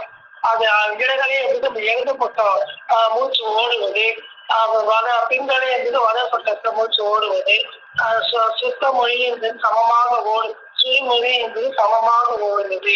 அவாக இருந்து கழிவுகளை அகற்றும் நாடி. வாயுக்கள் வந்து பிராணவாயு, அபான வாயு, தத்துவம், தனஞ்சன் இதெல்லாமா இருக்கிறது. பிராணவாயு நம்மளுக்கு உயிரா இருக்குது. பிராணம் போயிட்டாக்க நம்ம அதுதான் ரொம்ப ஆக்சிஜனை கொடுத்து நம்ம கழிவுலாம் சட்டத்துக்குலாம் நல்ல அழுத்தமா ஆக்சிஜனுக்குலாம் அதை பயன்படுத்துறது. அபாரன் மலச்சால வாழ்வெல்லாம் கழிக்கிறதுக்கு உதவியா இருக்குது. இப்படி தச வாயுக்கள். அப்புறம் வந்து தேவதத்தன், தனஞ்சயா. இது உயிர் போனதுக்கு தனஞ்சயன் நம்ம ராகத்துல நாள் வந்து நம்ம தேகத்தை நாடு எடுக்குது. நாடு எடுத்துக்குது, நாசப்படுத்தி செய்யுது. ஆனா நமக்கு வந்து தெய்வம் வந்து அந்த மாதிரி நாட்டம் அடிக்காம அவங்களுடைய சொல் பேச்சு பேசி அவங்களுடைய வாக்கியத்தை படித்து அவங்களுடைய வாக்கியம் போது அதை நம்ம உயிரை பதத்து வேறு அது மற்ற வாழ்க்கைலாம் நாட்டு மக்கள் நமக்கு சந்தனமாக நம்மளுக்கு சுகந்தமா நம்ம மாற்றி வைக்கிறது அதுதான் மாடி அப்படின்றதான் சொல்லி வச்சோம். அது எதுக்காக இந்த கல்விக்கொள்கை மூலம் நம்மளுக்கு கொடுத்துருக்காங்கன்னு நம்ம அவங்க இந்த தொழிற்சாலை 10 தொண்ணூத்தாறு நில நுனி அளவுதான் இருக்கும். அது ஒரு சாமி அது நிறைய சொன்னீங்க. அது விரல் அளவுதான் அதெல்லாம் இருக்குது. முக்கியமா நம்ம கை விரல்ல அந்த நுனியில இருந்து பார்த்தோம்னா சாமி கஜம் அதுல பார்த்து மொத்தமா நம்ம சொல்லிட்டாரு. அதுதான் நம்ம உயரமே இருக்கும். இந்த உடல் பட்செல்லாம் அடுத்தது நம்ம இடிச்சாந்து வந்துட்டோம். நம்ம தான் அந்த உடம்பு எடுத்துன்னு வந்தோம். தைரியத்துக்கிட்ட நான் ஊழல போட்டு சந்திக்கிறேன்னு உடம்பு எடுத்து வந்துட்டோம்.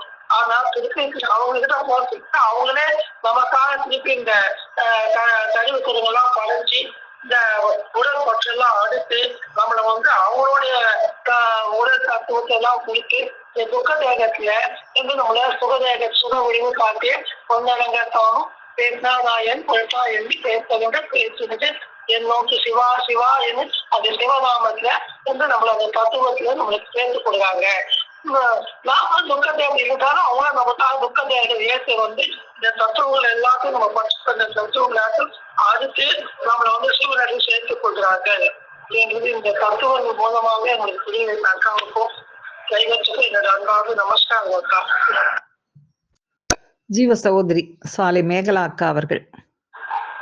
ஆசாங்கு முறையில் பரநிருப்பிட்டு ராஜாங்க யோகம் ஞானறிந்திடவே தத்துவ நிலையை தன்னில் அறிவித்து சுத்த சைதன்ய சுகநிலை காட்டி ராப்பகலில்லா தினமதில் இருத்தி தாப்பா இருத்தி தரித்திருக்க வைத்து பாப்பாறு என்னுள் பார்த்திருவென்று ஆப்பாய் அறைந்தார் அசையா நிலையில் நிலைத்தன் நிலையில் நின்று காலூன்றி பொழிலில் வைத்த குறிப்பெல்லாம் கடந்து நம்மை காக்கக்கூடிய பெருமானாக இருக்கக்கூடிய இந்த ஞான அகவல் மூலமாக நமக்கு நம்ம தெய்வம் அந்த தத்துவ நிலையை நமக்கு அறிவித்து நம்மை அவற்றை கடந்து அவங்களுடைய திருவடியை அடைய வைக்கக்கூடிய பெருமானாக தாய்மானவராக இருக்கக்கூடிய நம் பெருமான் அவர்களுடைய திருவடியை வணங்கி நமஸ்கரித்து சபைக்கு நமஸ்காரம் சொல்லி இன்னைக்கு அக்கா நம்ம சபையில எடுத்து வழங்கியதை நான் விளங்கினதை பங்கிட்டு இருக்கிறேமா.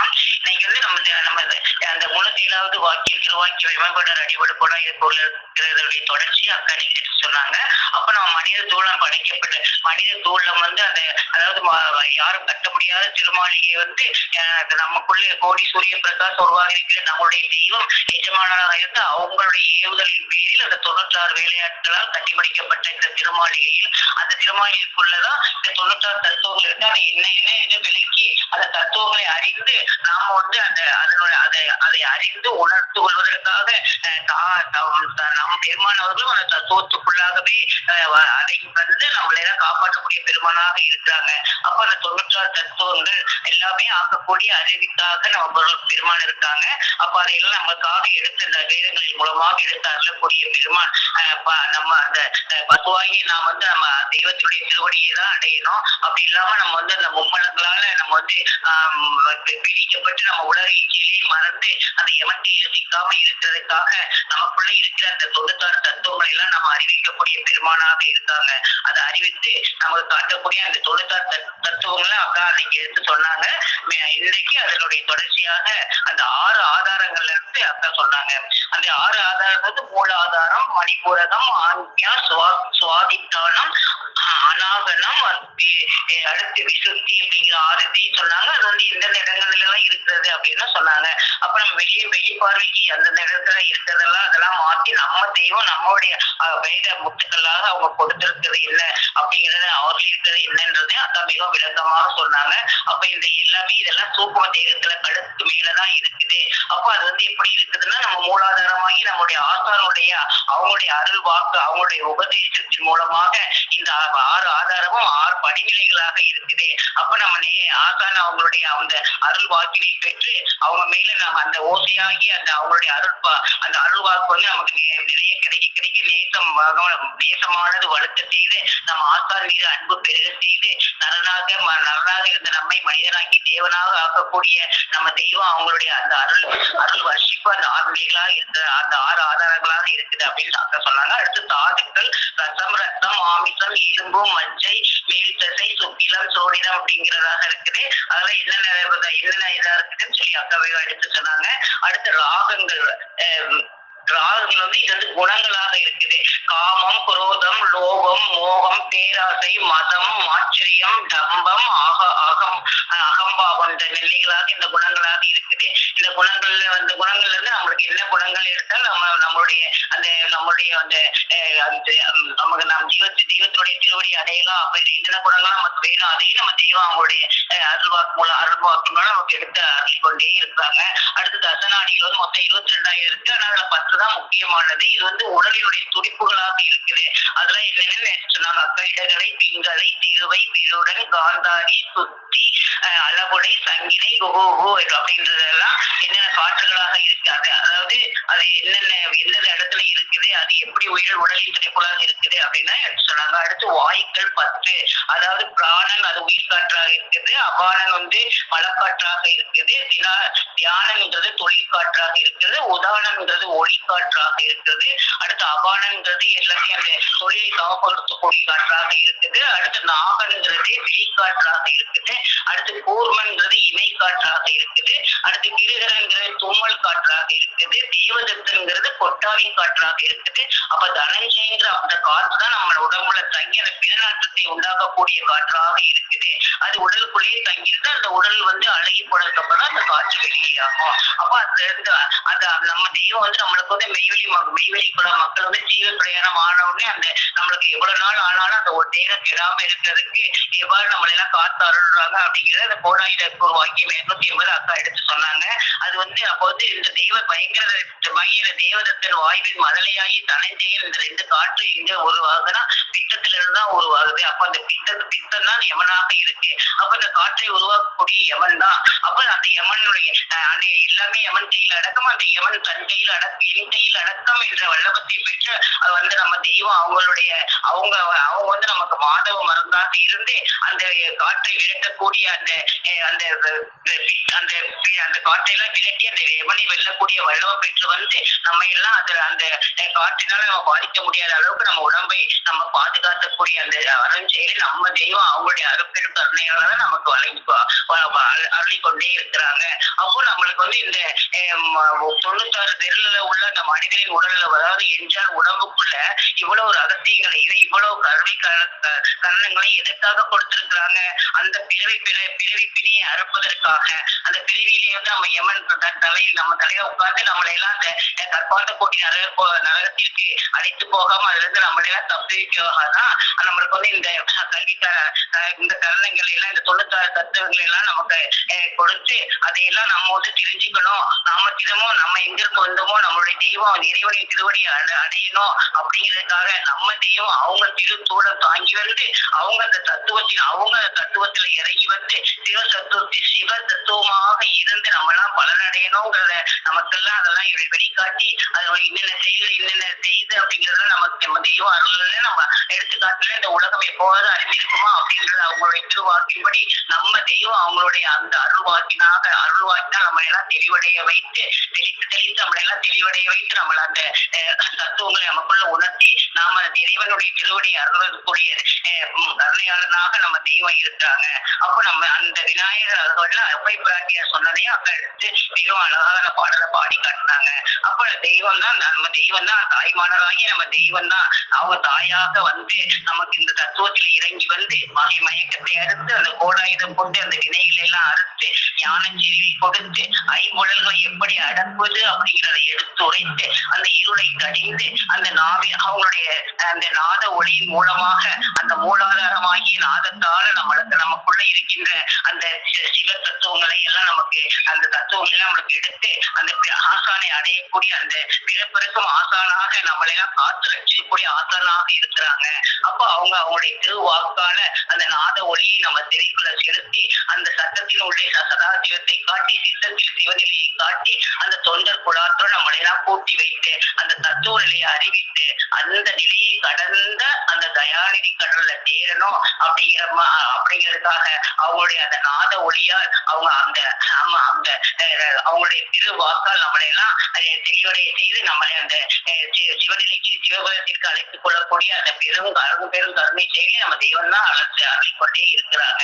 இவ்வாறாக நம்ம சொன்ன அந்த 96 நம்ம 96 தத்துவங்கள் அடங்கிய தேகத்தை நம்மளுக்கு கொடுத்தது எதற்காக, அதுல இருந்து தப்பிப்பது எப்படி அப்படிங்கிறதுலாம் நமக்கு நம்ம தெய்வம் அவங்களுடைய திருவாக்கால் அவங்களுடைய அருளவத்தால் தினமும் அருளி அந்த அவங்களே சிவதத்துவமாக இருந்து நம்ம எல்லாம் காக்கக்கூடிய கடவுளாக இருக்கிறாங்க.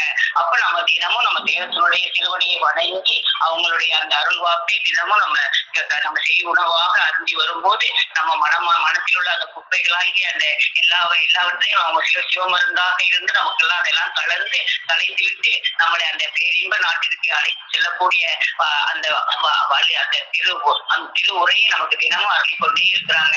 நாமும் அதை செய் உணவாக பதிவு கொள்ள வேண்டும் அப்படிங்கிறத விளங்கி கொண்டேமா. நமஸ்காரமா. ஜீவ சகோதரர் சாலை கோகுல் அண்ணா அவர்கள்.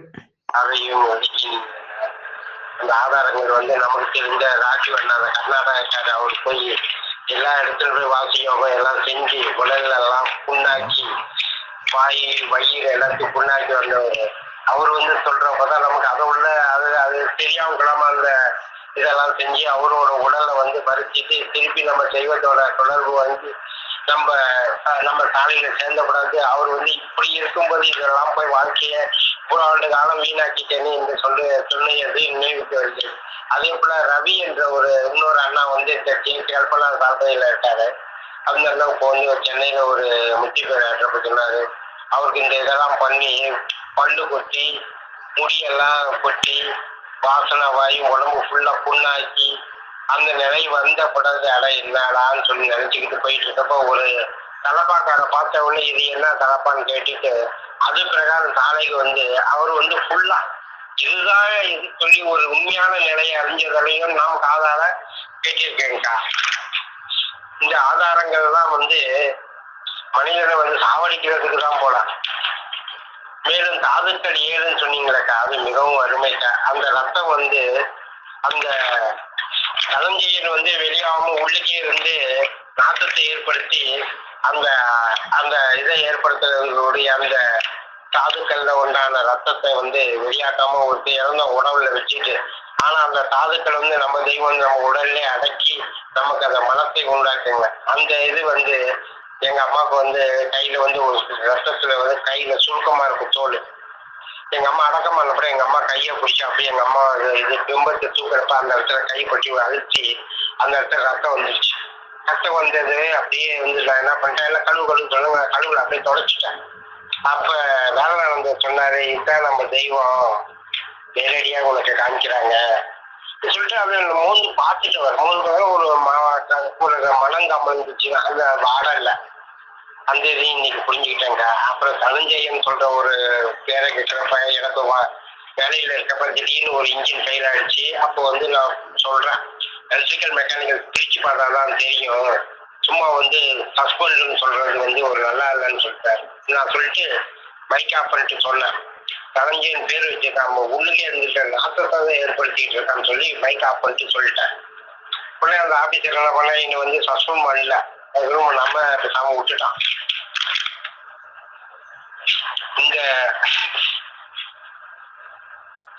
இந்த சாதுக்கள் இதெல்லாம் பத்தி சொல்றது மிகவும் அருமையா. ஏன்டா செவ்வாவெளி வருதுன்னு நினைச்சேன், ஞாயிற்றுக்கிழமை கூட வந்தது கூட ஏன்டான்னு சொல்லி இன்னைக்குதான் தெரியுதுக்கா. அப்ப இந்த சௌந்தர்யக்கா சொன்னாங்க, கல்லையும் கருப்பட்டியும் கல்லையும் கருப்பட்டியும் சுண்ணாம்பு போட்டவங்க கருப்பட்டியாக கல்லா இருக்கிறப்ப அது மது போதை ஆகிறது என்ற ஒரு பெரிய தத்துவத்தை சொன்னாங்க. மிகவும் நன்றிக்கா. தெய்வமே குருநாதா. நமஸ்காரம்க்கா. ஜீவ சகோதரர் சாலை சிவகுமார் அவர்கள். அக்கா இன்னைக்கு பகிர்ந்து கொடுங்க. இது மூன்றளவுக்கு கொஞ்சம் எளிமையா முடிச்சிருங்க. அது எல்லா அக்காங்களும் எடுத்து பகிர்ந்து பேசிட்டாங்க. தெய்வமார்கள் அந்த 96 தத்துவங்கள் எப்படி எல்லா தெய்வத்துக்குள்ள இருக்குதுன்றது நம்ம தெய்வமார்கள் எடுத்து இன்னைக்கு அக்கா மூலியமா நம்மளுக்கு பகிர வச்சிருக்காங்க. பிரம்ம பிரகாசம் மெய்வெளி சாலை ஆண்டவர்கள் பொற்பாதம் போட்டு அக்கா இன்னைக்கு பகிர்ந்து கொண்டது இந்த யாராலும் எவராலும் கட்ட முடியாத திருமாளிகை உன் தேகம், அந்த தேகத்துக்குள்ள அந்த 96 தத்துவங்கள் எப்படி இருக்குது அக்கா இன்னைக்கு தெளிவா நம்மளுக்கு எடுத்து பகிர்ந்திருக்காங்க. ஆதாரங்கள், அந்த மூலாதாரம், சுவாதிஷ்டம், அப்படி இதெல்லாம் எப்படி எதை குறிக்குதுன்னா நம்மளுடைய தேகத்துக்கு கீழே இல்ல, தேகத்துக்கு மேலதான், அது சிரசு மேலதான், மலவாய் கருவாய் இப்படி எல்லாமே வந்து வெளியே தேடக்கூடிய அந்த இதுவே இல்லை அப்படின்றது நம்ம தெய்வங்கள் மூலியமா நம்மளுக்கு எடுத்து இன்னைக்கு நம்ம தெரிஞ்சுக்கிட்டோம். அப்போ இந்த தேகமானது எப்படி இருக்குன்னா அந்த மணினா என்ன, தெய்வத்தோட நாதம், அந்த நாதத்தை வந்து நம்மளோட தினந்தினம் அது என்னன்னா இந்த செவி உள்ளதான், அது வந்து செவிக்குள்ளதான் தினந்தோறும் உட்கொள்ள புக வைக்கணும். இப்போ இந்த தேகமானது ரசம், ரத்தம், எலும்பு, மாமிசம், மேல் திசை, மஜ்ஜை இப்படி எல்லாம் இது மூலியமா நம்மளுடைய தேகங்கள் எல்லாம் கட்டப்பட்டு இருக்குது. அப்போ இது வடக்கலை பின்கலை என்பாங்க. அது வடக்கலை பின்கலைனா இந்த சுவாசமானது ஒரு இதுல இருந்து இன்னொரு இதுக்கு ஓடணும், அதுதான் வடக்கலை பின்கலை. இப்படி அந்த தனஞ்சேன் அந்த காற்றானது எப்படி இருக்கு, அது வெளியே உள்ள இருந்து வெளியே போச்சுன்னா நம்மளுக்கு நாற்றம் கிளம்புன்றது இன்னைக்கு ஒரு பாரரகசியம் அக்கா இன்னைக்கு எடுத்து பகிர்ந்தாங்க. எழுத்தளவுக்கு எளிமையா முடிச்சுட்டாங்க. அக்காவுக்கு நமஸ்காரம், எல்லாருக்கும் நமஸ்காரம். தெய்வ திருவாக்கியங்களால் சபையை அலங்கரித்த ஜீவ சகோதர சகோதரிகள் அனைவருக்கும் எனது அன்பான நன்றி கலந்த நமஸ்காரம்.